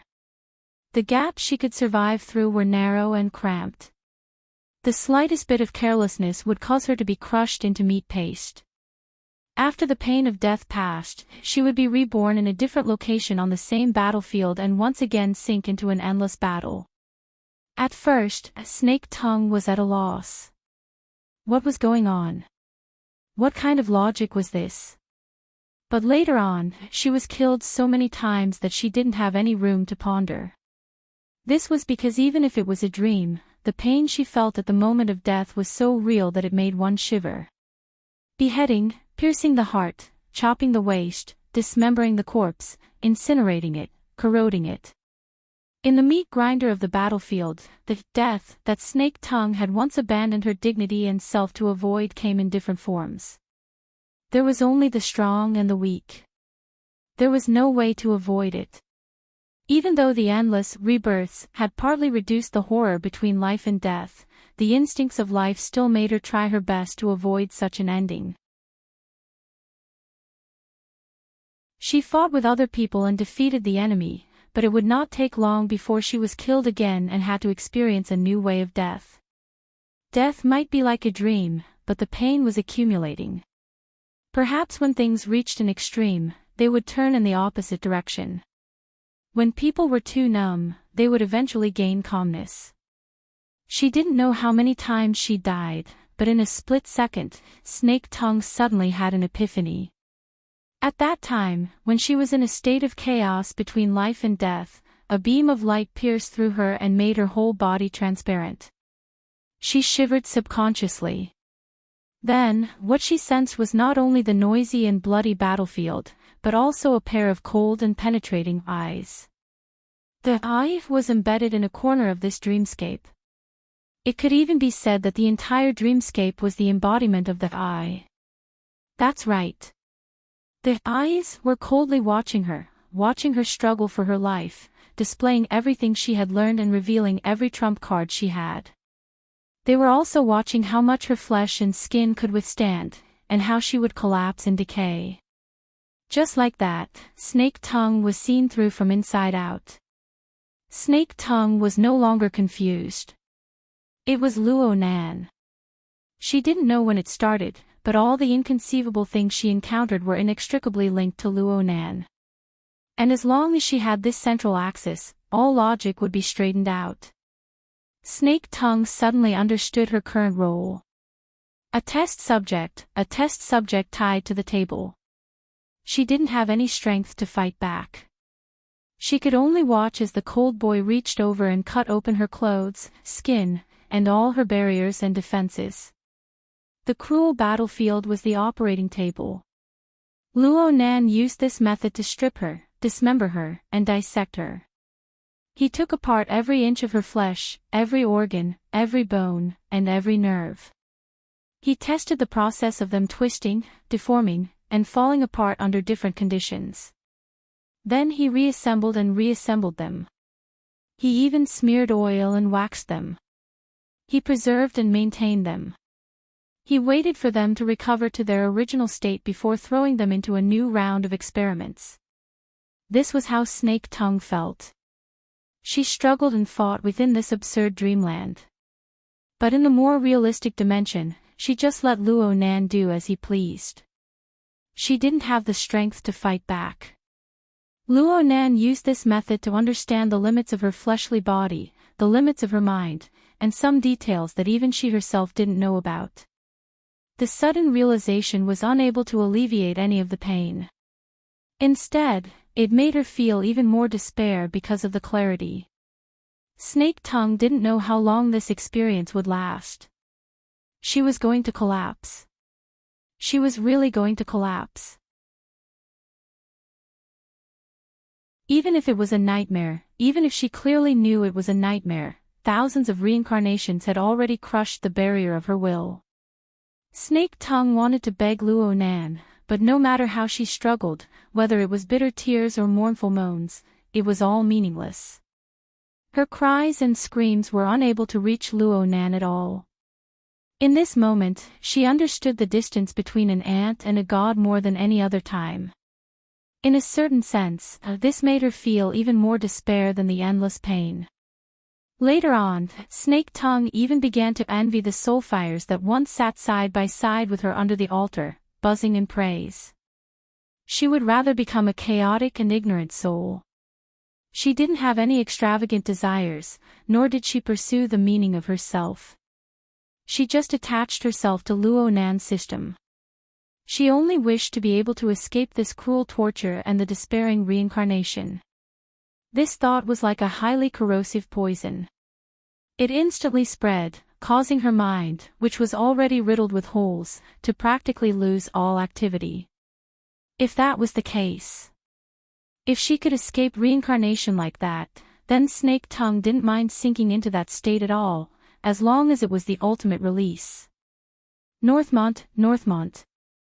The sudden call, as well as the intense vibrations, suddenly attacked, shaking the entire dream space. It felt very violent. Snake Tongue wasn't angry at all. On the contrary, her mind was gushing with positive emotions. This was the feedback she had been begging for a long time. Finally, someone responded to her, called out to her, treated her as a normal person, a life on the same level. This scene was like someone tossing a lifeline to her when she was about to drown in deep water without a speck of light. No matter who it was, Snake Tongue would do her utmost to reach out and grab it, struggling upwards. A second later, the barrier between dreamland and reality shattered with a rumble. Snake Tongue suddenly opened her eyes. What entered her eyes was dusky darkness, followed by a chaotic burst of colorful light. Countless complex remains of the barrier were mixed within. The elements of reality and unreality were mixed together, forming an inexplicable flood of information. It crushed through the depths of her brain and heart. After no less than 5 seconds, Snake Tongue found her own logic. She was finally able to clearly distinguish the blurry silhouette of Lo in front of her. In the next 3 to 5 seconds, she could feel the touch of the tatami beneath her, the structure of the wall behind her, and the sound of flowing water in the outer layer. Numerous layers of innumerable details gradually formed an incomparably solid existence in her mind and around her body. The familiar yet unfamiliar world of reality was like a sturdy escape pod. It firmly protected Snake Tongue inside, isolating her from everything in her dream. It was only at this time that Snake Tongue was able to clearly feel the situation of her body. She was completely drenched, both inside and out. Sweat soaked through her clothes, and the tatami beneath her was also soaked. She was already showing slight signs of dehydration. In the darkness, she didn't even know if she was bleeding or sweating. Her complexion was probably terrible. Otherwise, Lo, who had a normal relationship with her, wouldn't reveal such a worried expression. "Are you all right?" Snake Tongue originally wanted to say, don't tell me you didn't have that experience. Just as this thought arose, she suddenly stared blankly. What had she just experienced? Snake Tongue's memories abruptly turned chaotic. A certain dreamlike memory that caused her to feel fear and despair blurred at an astonishing speed. No matter how she tried to trace it back, she could only recall a rough layout at most. In her dream, there seemed to be a fortress where soldiers were stationed, a cloud that swallowed and spat out mutants, and a lava mountain range that was like a blood prison. They existed together, but they also conflicted with each other. Together, they constructed a chaotic world. As for herself, she seemed to be trapped inside. She had experienced a past she couldn't bear to recall. As for the concrete details of the process, she couldn't remember them. The injury that might have existed was buried deep within that chaotic dreamland world. It also sunk into the depths of her heart. No matter how she pondered over it, it was difficult for it to stir up great waves. The only thing she could be sure of was this: what had she really experienced? Oh, there was also that Enlo probably didn't have such an experience. Jealousy involuntarily rose in Snake Tongue's heart. Yet, she still had to thank Enlo for waking her up from that mysterious and terrifying nightmare. Her chaotic and complicated thoughts tangled together, causing her to be sluggish and dazed for a time. Of course, Enlo could see that Snake Tongue's current state was terrible. That was rather strange. Enlo put herself in Snake Tongue's shoes. Although the things she had experienced were shocking, they shouldn't have caused Snake Tongue to become like this. Enli's thoughts spun in two circles. She analyzed the situation from her own experience and suddenly thought of a possibility. Beishan, could it be that you were disrespectful to Mister in that sort of situation? Disrespectful? Snake Tongue subconsciously shivered. She lost control of herself and shook her head. She wanted to speak to defend herself, but she was powerless to speak. This made Enlo even more certain of her judgment. Enlo had worked in secret orders all year round. She had seen quite a few similar things. It had only been a dozen or so days since Snake Tongue had become Luo Nan's disciple. Even though Luo Nan had displayed deference and obedience that left her flabbergasted, it was unknown if she was unwilling in her heart. As a believer, disrespectful thoughts were ingrained in their hearts. It was fine normally, but if they were to reveal such thoughts during the state of the Great Sacrifice, even for a sect as idealistic as the Blood Flame Order, the backlash they had to endure was rather terrifying. Needless to say, Luo Nan had already displayed the clear image of a god. As the saying goes, the gods of heaven and earth are clearly visible. They cannot be slandered. Snake Tongue was extremely intelligent. How could she have made a mistake in this matter? Looking at Snake Tongue's current situation, especially her gaze, she was in a weak and sensitive state. She had avoided the extremes of numbness and despair. She might not be in too much pain, but fear was deeply rooted in her heart. She was like a dark fire in an underground coal seam. It was silent, but it couldn't be extinguished. It was unknown how it would burn for hundreds or thousands of years. She had probably been beaten quite ruthlessly. Enlo was inexplicably proud of herself. She felt that she should say a few words of comfort and comfort. The change in her mind was quite subtle. Her wristband vibrated at this time. She looked at the caller ID. It was Alpine Rome 3. Alpine Rome 3 had been maintaining a frequency of contact with Enlo every 2 or 3 days for the sake of discussing business. It wasn't a big deal. However, it was hard to avoid people thinking a bit more under these circumstances. Enlo put aside the matter of Snake Tongue for now. She pondered for a few seconds, and after another vibration, she connected the call. Alpine Rome 3's gentle voice, which was quite different from his appearance, rang out. Mrs. Een, good day. Hello, Mr. Alpine. Is there something you need? There is indeed something. Sure enough, Alpine Rome 3 called at this time to talk about the matter of registration. With the Amaterasu order behind the scenes, the bureaucratic system of Osaka City was mobilized. The so-called registration could really be played around with. For a business entity like the Great Marsh Order that spanned the secular world and the inner world, there were many items to be filled out for registration. Not to mention the clergy of their own shrine, the employees of the association, and those with an inner world background, they had to send over a name list. Even people with recent business cooperation, as long as they were ability users, had to write a brief so that they could mutually verify. If they found it troublesome and didn't report or omitted to report, well, they might violate the relevant public security regulations. At that time, even if they had already signed a cooperation agreement, they might not be able to pass the Peace Trade Council or even the Osaka city government's investigation. Any business could be ruined. Most importantly, they would definitely offend the Amaterasu order. The registration had to be done. Alpine Rome 3 had called to give his greetings before the registration was submitted. He also wanted to see if there were any inconveniences on Ian Lee's side so that they could both be aware of each other. Ian Lee couldn't tell them if there were any inconveniences. She could only calmly express her understanding. She didn't forget to worry for Alpine Rome 3.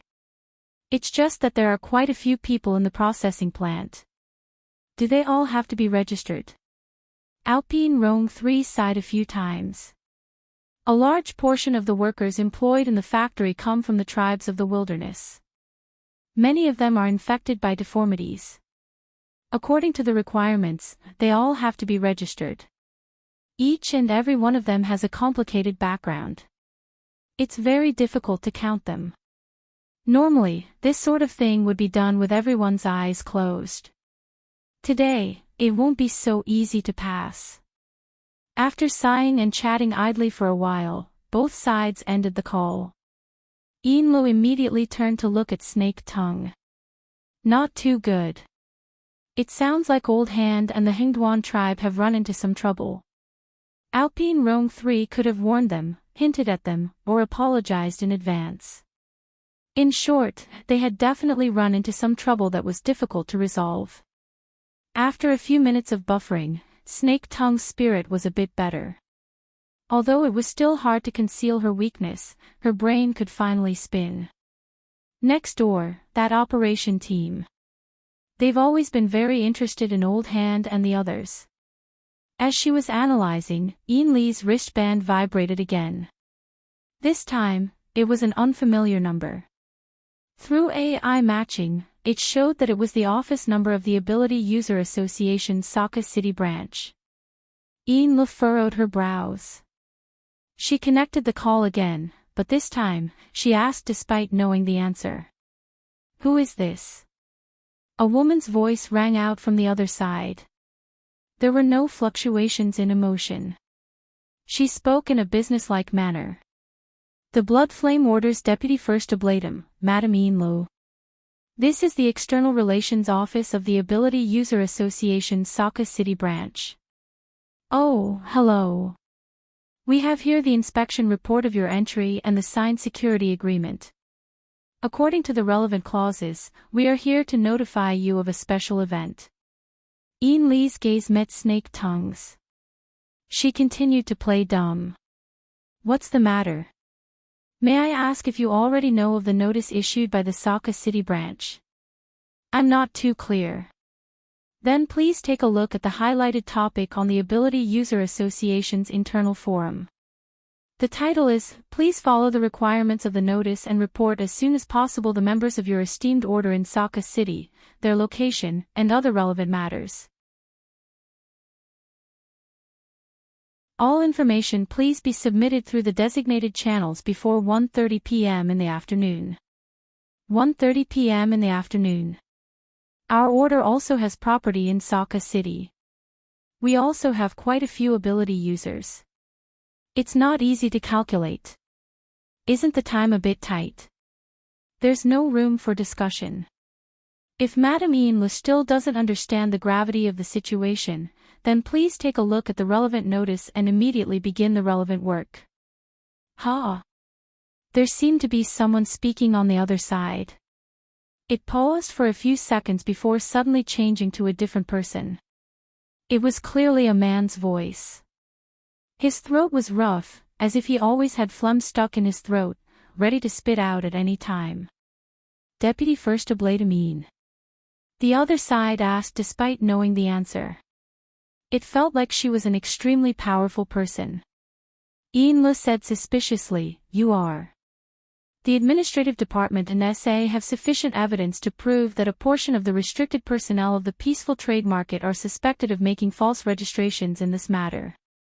These people maintain close contact with you. In order to clear the suspicion of your order, please immediately submit the relevant information. Ian furrowed her brows. I just said that the statistics are very difficult. The other side responded firmly, if there are difficulties, then overcome them. I'll give you an hour to submit all the information before 11 a.m., or else bear the consequences. Ian was so angry that she laughed. This group of people from the Saka City branch were all cowards in front of the Amaterasu order. How dare they put on such a show at this time? The tone on the other side became even more ruthless. Listen up, Saka City is not the Blood Flame Order's territory, and the peaceful trade market is even more so. You can do business if you want, but if you mix in sand, I'll make you regret stepping on this land. This didn't sound like the tone of the Saka City branch. It sounded more like a violent person. Ian stopped laughing. Who are you? A judge to confirm your crimes and hand them over to the flames of heaven to carry out the holy judgment. The other side directly cut off the communication. Who was this inexplicable fellow? Ian had a deep impression of that person's voice and domineering attitude. However, what left the deepest impression was still the words, flames of heaven. He's definitely not a member of the Saka City branch. He should be someone from the Amaterasu order. That's not the case. Snake Tongue said in a low voice from the corner. From his tone, he should be an important figure in the Heaven faction.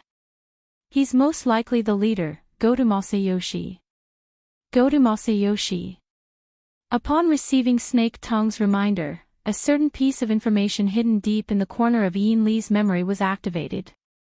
Should it be said that it reverberated like thunder?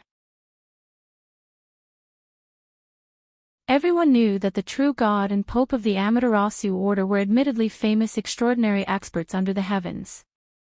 They also had a group of top-notch talents under them, such as Fatty Dragon, one of the 3 heroes of the secret order. But compared to the other 2 great orders, and even the majority of the famous secret orders in the world, the Amaterasu order's organizational structure and efficiency were really mediocre. Even in Saka City, the Amaterasu order didn't penetrate too deeply into the various industries of Saka City. They only cast the ominous name of the extraordinary as a shadow in the hearts of others and spread it when necessary.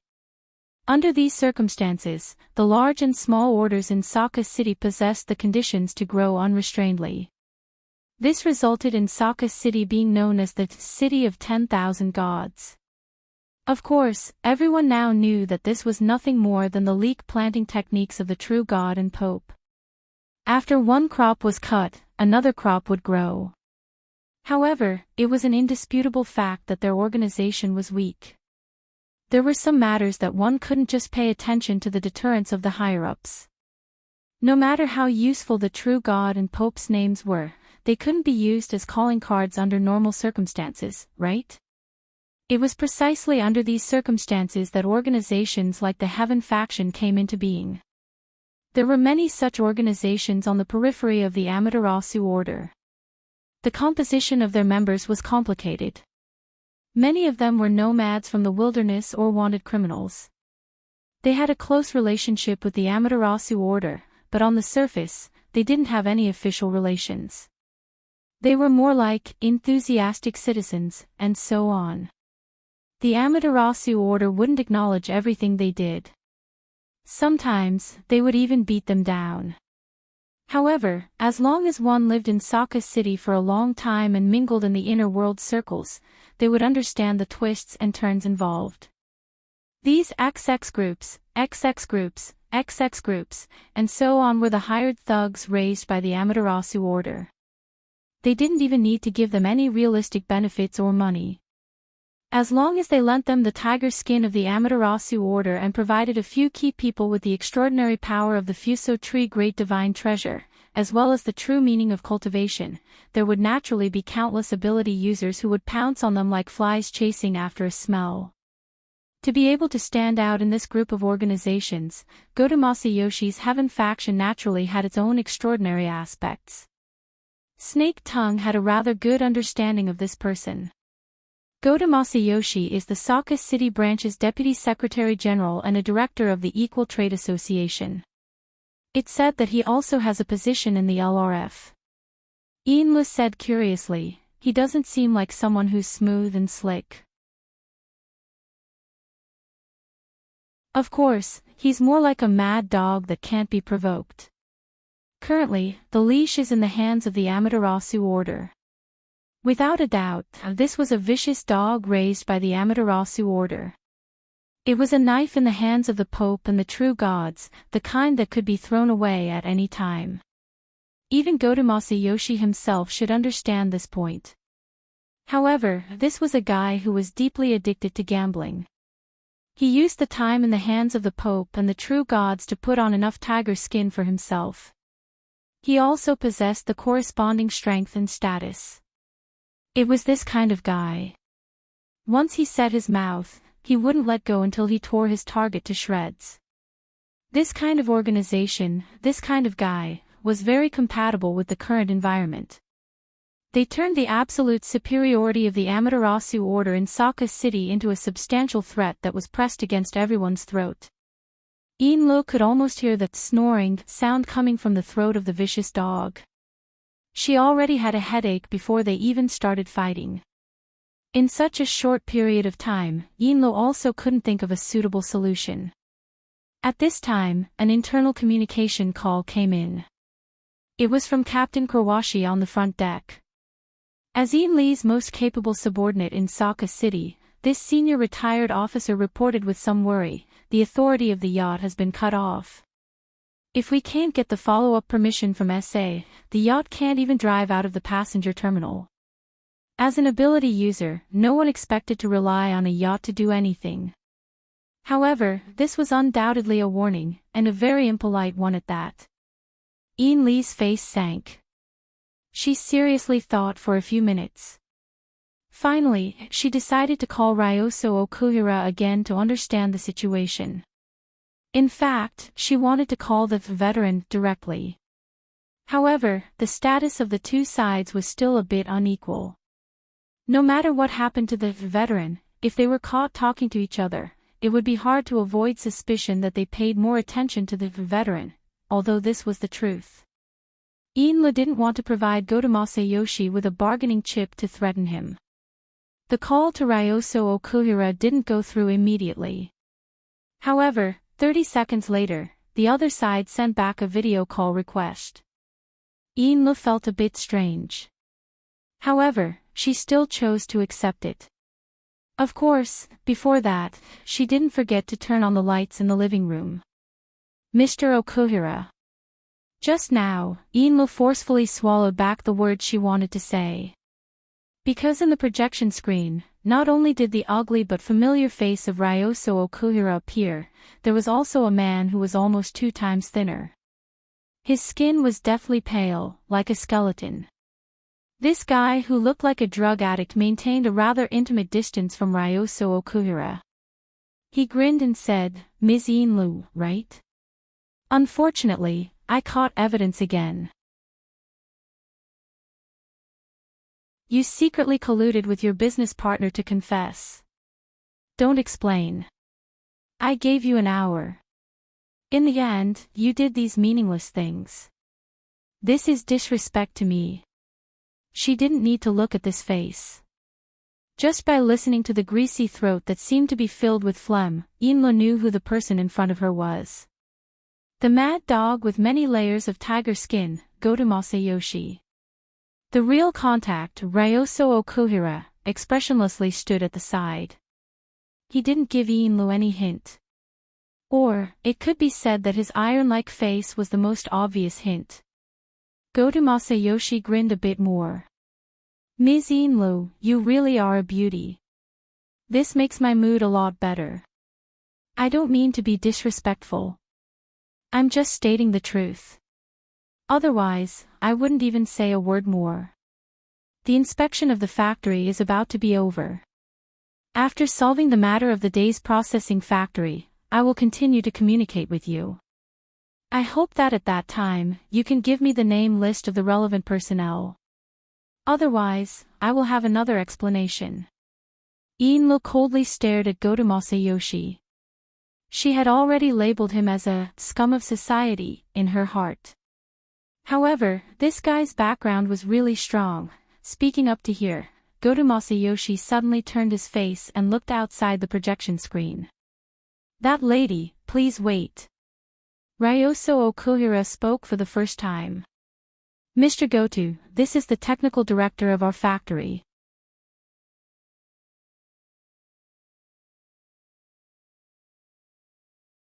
Chapter 864.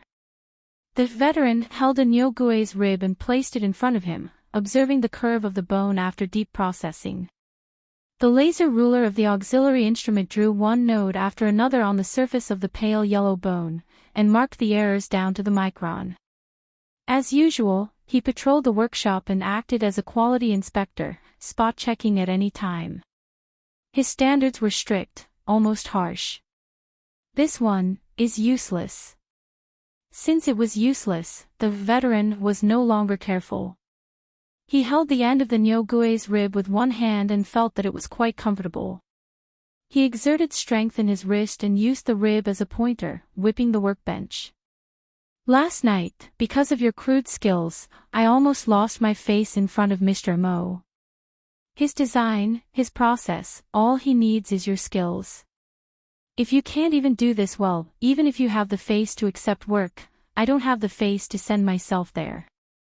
Around him, the workshop workers were relatively stable. Most of them kept their mouths shut and kept quiet. No one said anything. However, the overall environment of the workshop was still relatively noisy. At this time, at least 5 times the normal number of people were arranged in the assembly workshop. More than half of the 100-strong laborers of the Hingduan's 7 divisions were stuffed here. The other half were next door. As for the remaining old, weak, women and children, they had another place to settle. In short, it was separated from both sides, giving people more room for imagination, but also breeding more uneasiness. They couldn't help but worry. The current situation was almost exactly the same as the so-called return of the vagrants and then being packed up and sent to Ban City. Their fate was still in the hands of others, and they didn't even know whether they would live or die in the future. In the past 10 years, they had suffered 2 similar incidents in a row. Anyone's mentality would collapse. But the more it was like this, the more the veteran had to hold on. He was the spiritual leader of this group of people. Anyone could panic, but he couldn't. He couldn't let everyone waste their energy in the quagmire of negative emotions. Therefore, he secretly clenched his teeth and put up a front. He put on a posture of not panicking in the face of danger, and everything was under control. He worked hard to let the younger generation around him come into contact with more familiar scenes and avoid the imagination combination of negative emotions. At present, the effect was limited, but he still had to bite the bullet and do it. He reprimanded his apprentices with vigor. Everyone in this workshop, go back to your workstations. Those who are not involved, move aside. Today, no matter what, 20 sets of rough materials must be delivered to me. You can't even do this kind of rough work. Why should they praise you? Perhaps it was because his words had given them some room for imagination. Someone asked, "Teacher, that Mr. Mo. Can you help us deal with this?" Old Hand's eyes widened. What is it? What business do we have? A group of people has already come to this point, what more do you want to do? As he spoke, he unceremoniously whipped his little disciple's shoulder with the rib whip, causing the young man's neck to twist and cry out in pain. The veteran maintained his vigorous voice and pointed at the stupid disciple who had rashly stuck out his head and scolded, "We, a bunch of people, have traveled from the Hingduan Mountains to this damned place. We have been exiled for more than 3,000 miles, haven't we? Did the Star Alliance Committee give a reason? No. No reason is the biggest reason. With this reason, any crime is no longer a reason. As long as the momentum was strong enough, even if the logic was twisted, it would still have the effect of stimulating the brain." The more the veteran spoke, the more confident he became. As long as you don't kill people, commit arson, rob, control your lower body, and don't do those outrageous things, what are you afraid of some groundless crime? Our identity is just a stick in the hands of others, helping to beat the gongs and drums to create momentum. We just need to be stained with mud and bear some crime. We don't need to worry about lice, so what the hell is there to be afraid of? Teacher is right, stop hitting, stop hitting. The talkative disciple's neck was about to twist, but his pleas for mercy were much louder. Old Hand knew when to stop. In fact, he knew very well that these words were extreme and biased, but it was what the group of vagrant children around him were most willing to listen to. This group of young people had already gotten used to using similar methods to hypnotize and numb themselves. They were used to lying at the bottom of the sinkhole and looking up.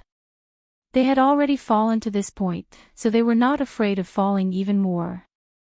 On the contrary, as long as they climbed up a little bit, it would be a great progress.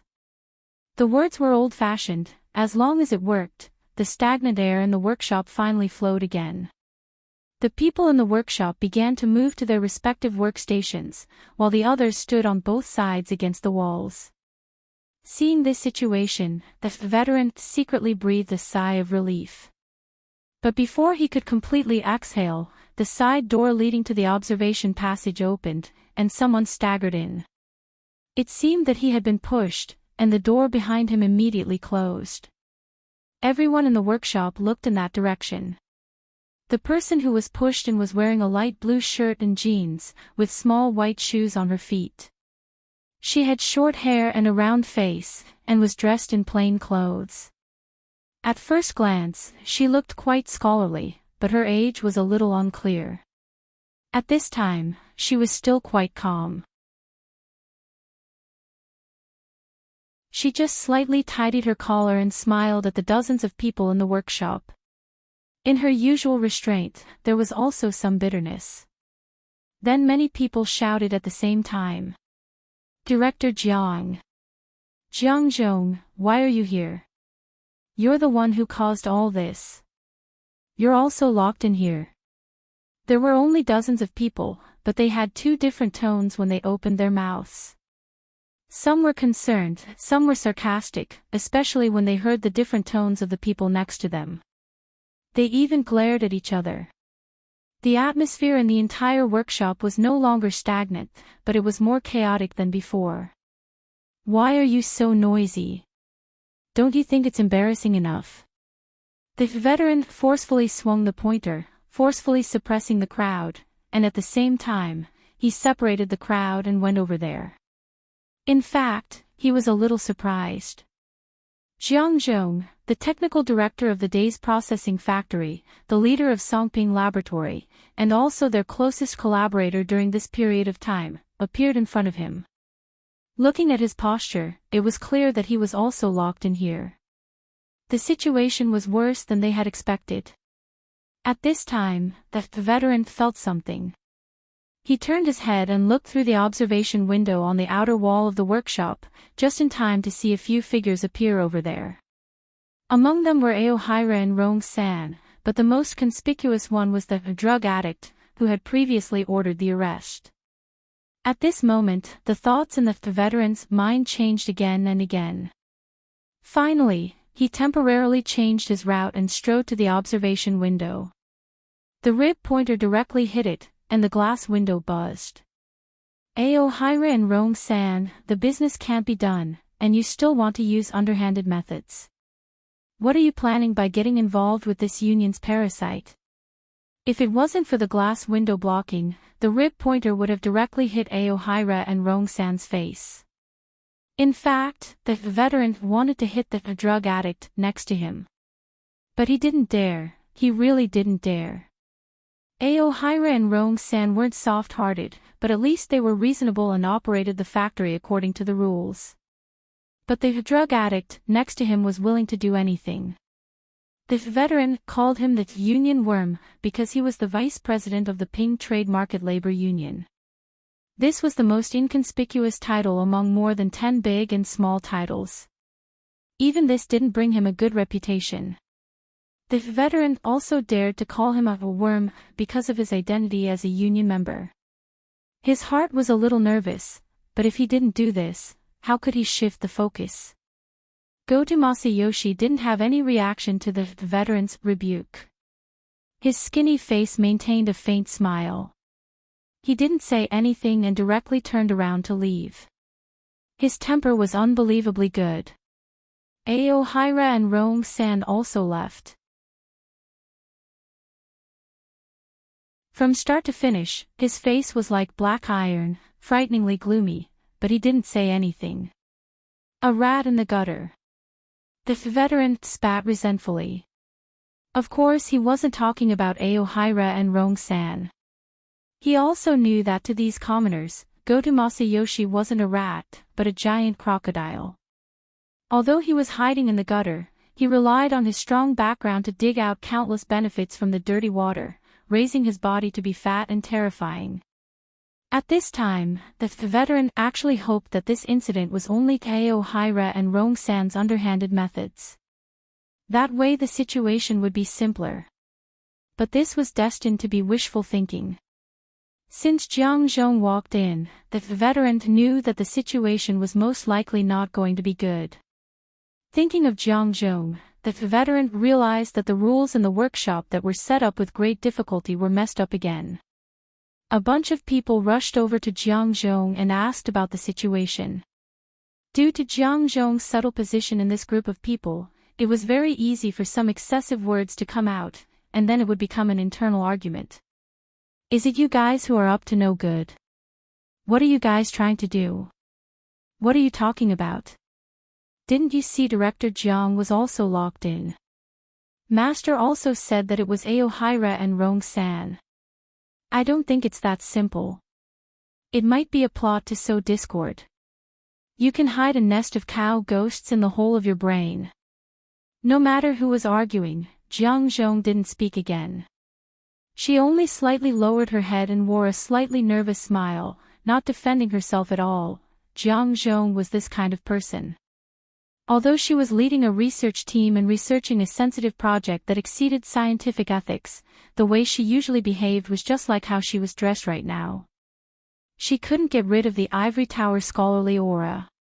The veteran had communicated with her intermittently for a few years, so he thought that his eyes were not blurry and he understood.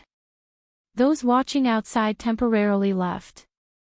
The veteran shook the rib whip again and came back to rescue Jiang Zhong. Is this how you work during working hours? The scene was a little chaotic after all. Someone even talked back, today is Sunday. Then a series of complaints exploded. Even if there are 3 shifts, I still have a day off today. I didn't brush my teeth or wash my face, and I was carried here. Today is Mother's Day. I don't know where my mother is. Fortunately, the prestige of the veteran was considerable. The people were just saying it to vent the shock brought about by the series of unforeseen events. After the old man waved his whip a few times, the crowd slowly dispersed. Those who should go back to their workstations went back to their workstations, and those who should squat in the corner squatted in the corner. Thank you, Master Shou. Jiang Zhong thanked the veteran for helping her out. The latter wanted to sigh but forcibly held it back. With a cold old face, he signaled Jiang Zhong to go to the supervision post with him. In the end, the hearts of the people were still wavering. Be it the people on the production line or the miscellaneous people in the corner, their gazes drifted along with them. The veteran suddenly turned his head back, and his fierce gaze finally forced everyone's thoughts back.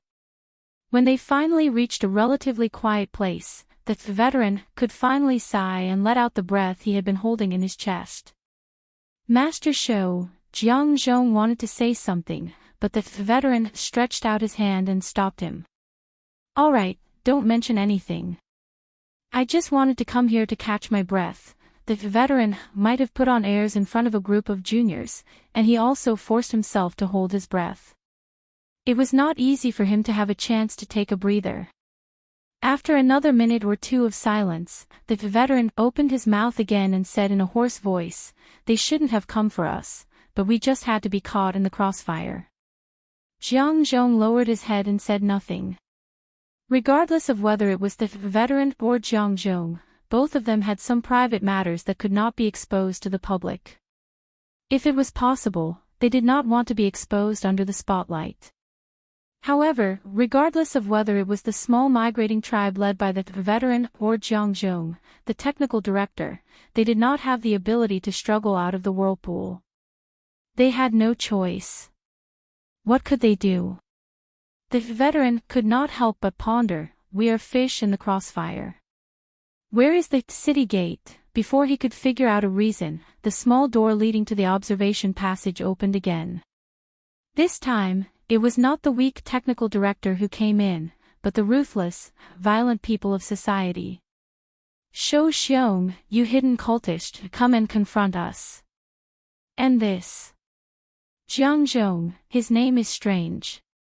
He is most likely an accomplice. Take him away too. Before the veteran and Jiang Zhong could react, 7 or 8 people had already rushed forward and surrounded them. They put on nylon ropes and dragged them away. The assembly workshop was in an uproar. At this moment, no one cared about discipline or workstations anymore.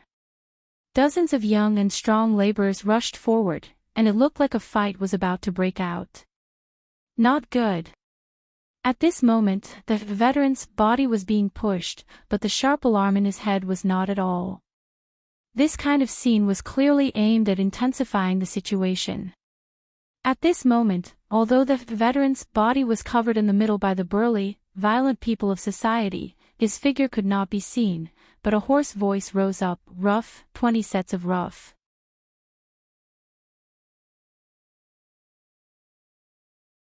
No matter what, make them today.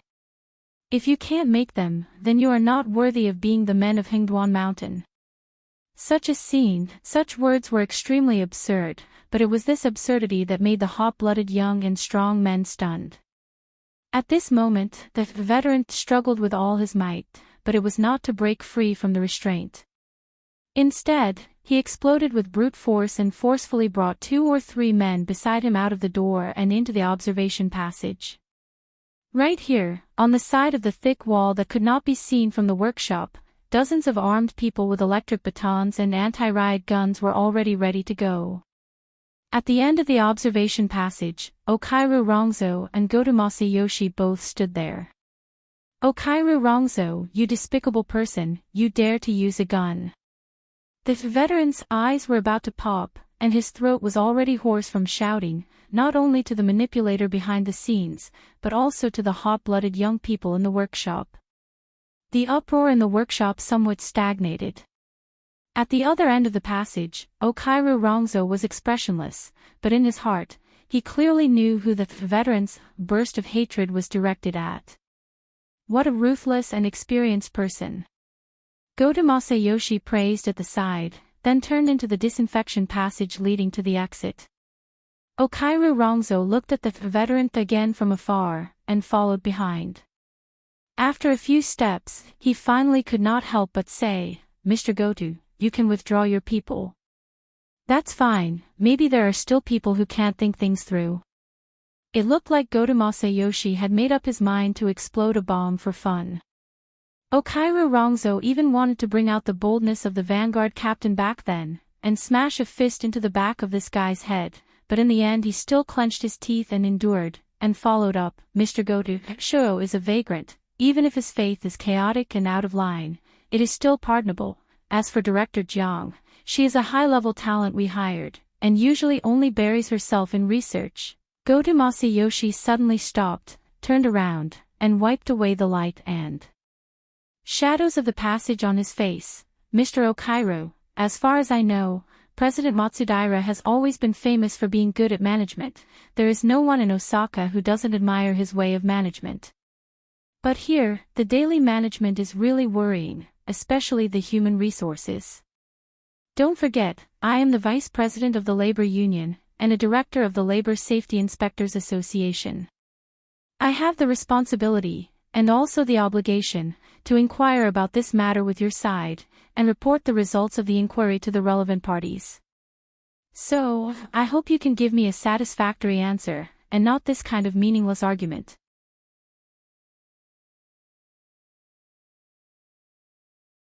Okairu Rongzo took a deep breath. Mr. Goto, I am introducing the situation to you. Goto Masayoshi raised his hand to cut him off. I said, a hasty answer is not sincere. If you always have this kind of attitude, I can only interpret it as, you are trying to shirk responsibility. Even if Okairu Rongzo was a clay figurine, right now he was also provoked. His majestic body leaned forward. Mr. Goto, what on earth did you see? Can you interpret it as you first chose the frame, and then let me fill in something inside? Please pay attention. Compared to Okairu Rongzo, who was twice as big as him, Goto Masayoshi's expression didn't change. He only raised his hand again, and this time he extended his index and middle finger, turned his wrist, and pointed at his eyes. Mr. Okairu, you cannot trust me, but you have to trust my eyes. Goto Masayoshi's eyes were probably the most prominent part of his thin face. They were a bit bigger than normal people, especially on his face that was so thin it was out of shape, bulging and protruding. Even if he kept his eyelids half closed, the details of the movements of his eyeballs and his eye sockets could be clearly seen. Right now, the dim yellow pupils under his half-covered eyelids were turning, at first glance dim, but in the deepest depths, there was a dark red light. It was like the sunset at dusk, separating the horizon from the night sky. At some point, Okairu Rongzo actually felt a bit dizzy. He subconsciously averted his gaze, unwilling to meet it. Goto Masayoshi's voice pierced his ears. Remember, it won't make a mistake, the only one who will be wrong is you. You're tuning into the LoveLore Library YouTube channel. We're so grateful for your support, and don't forget to subscribe to join us on this incredible journey through captivating stories. Your generosity through donations truly makes a world of difference, as it's the primary source of revenue that allows me to expand and enhance this channel for you. Thank you from the bottom of my heart for being a part of this adventure.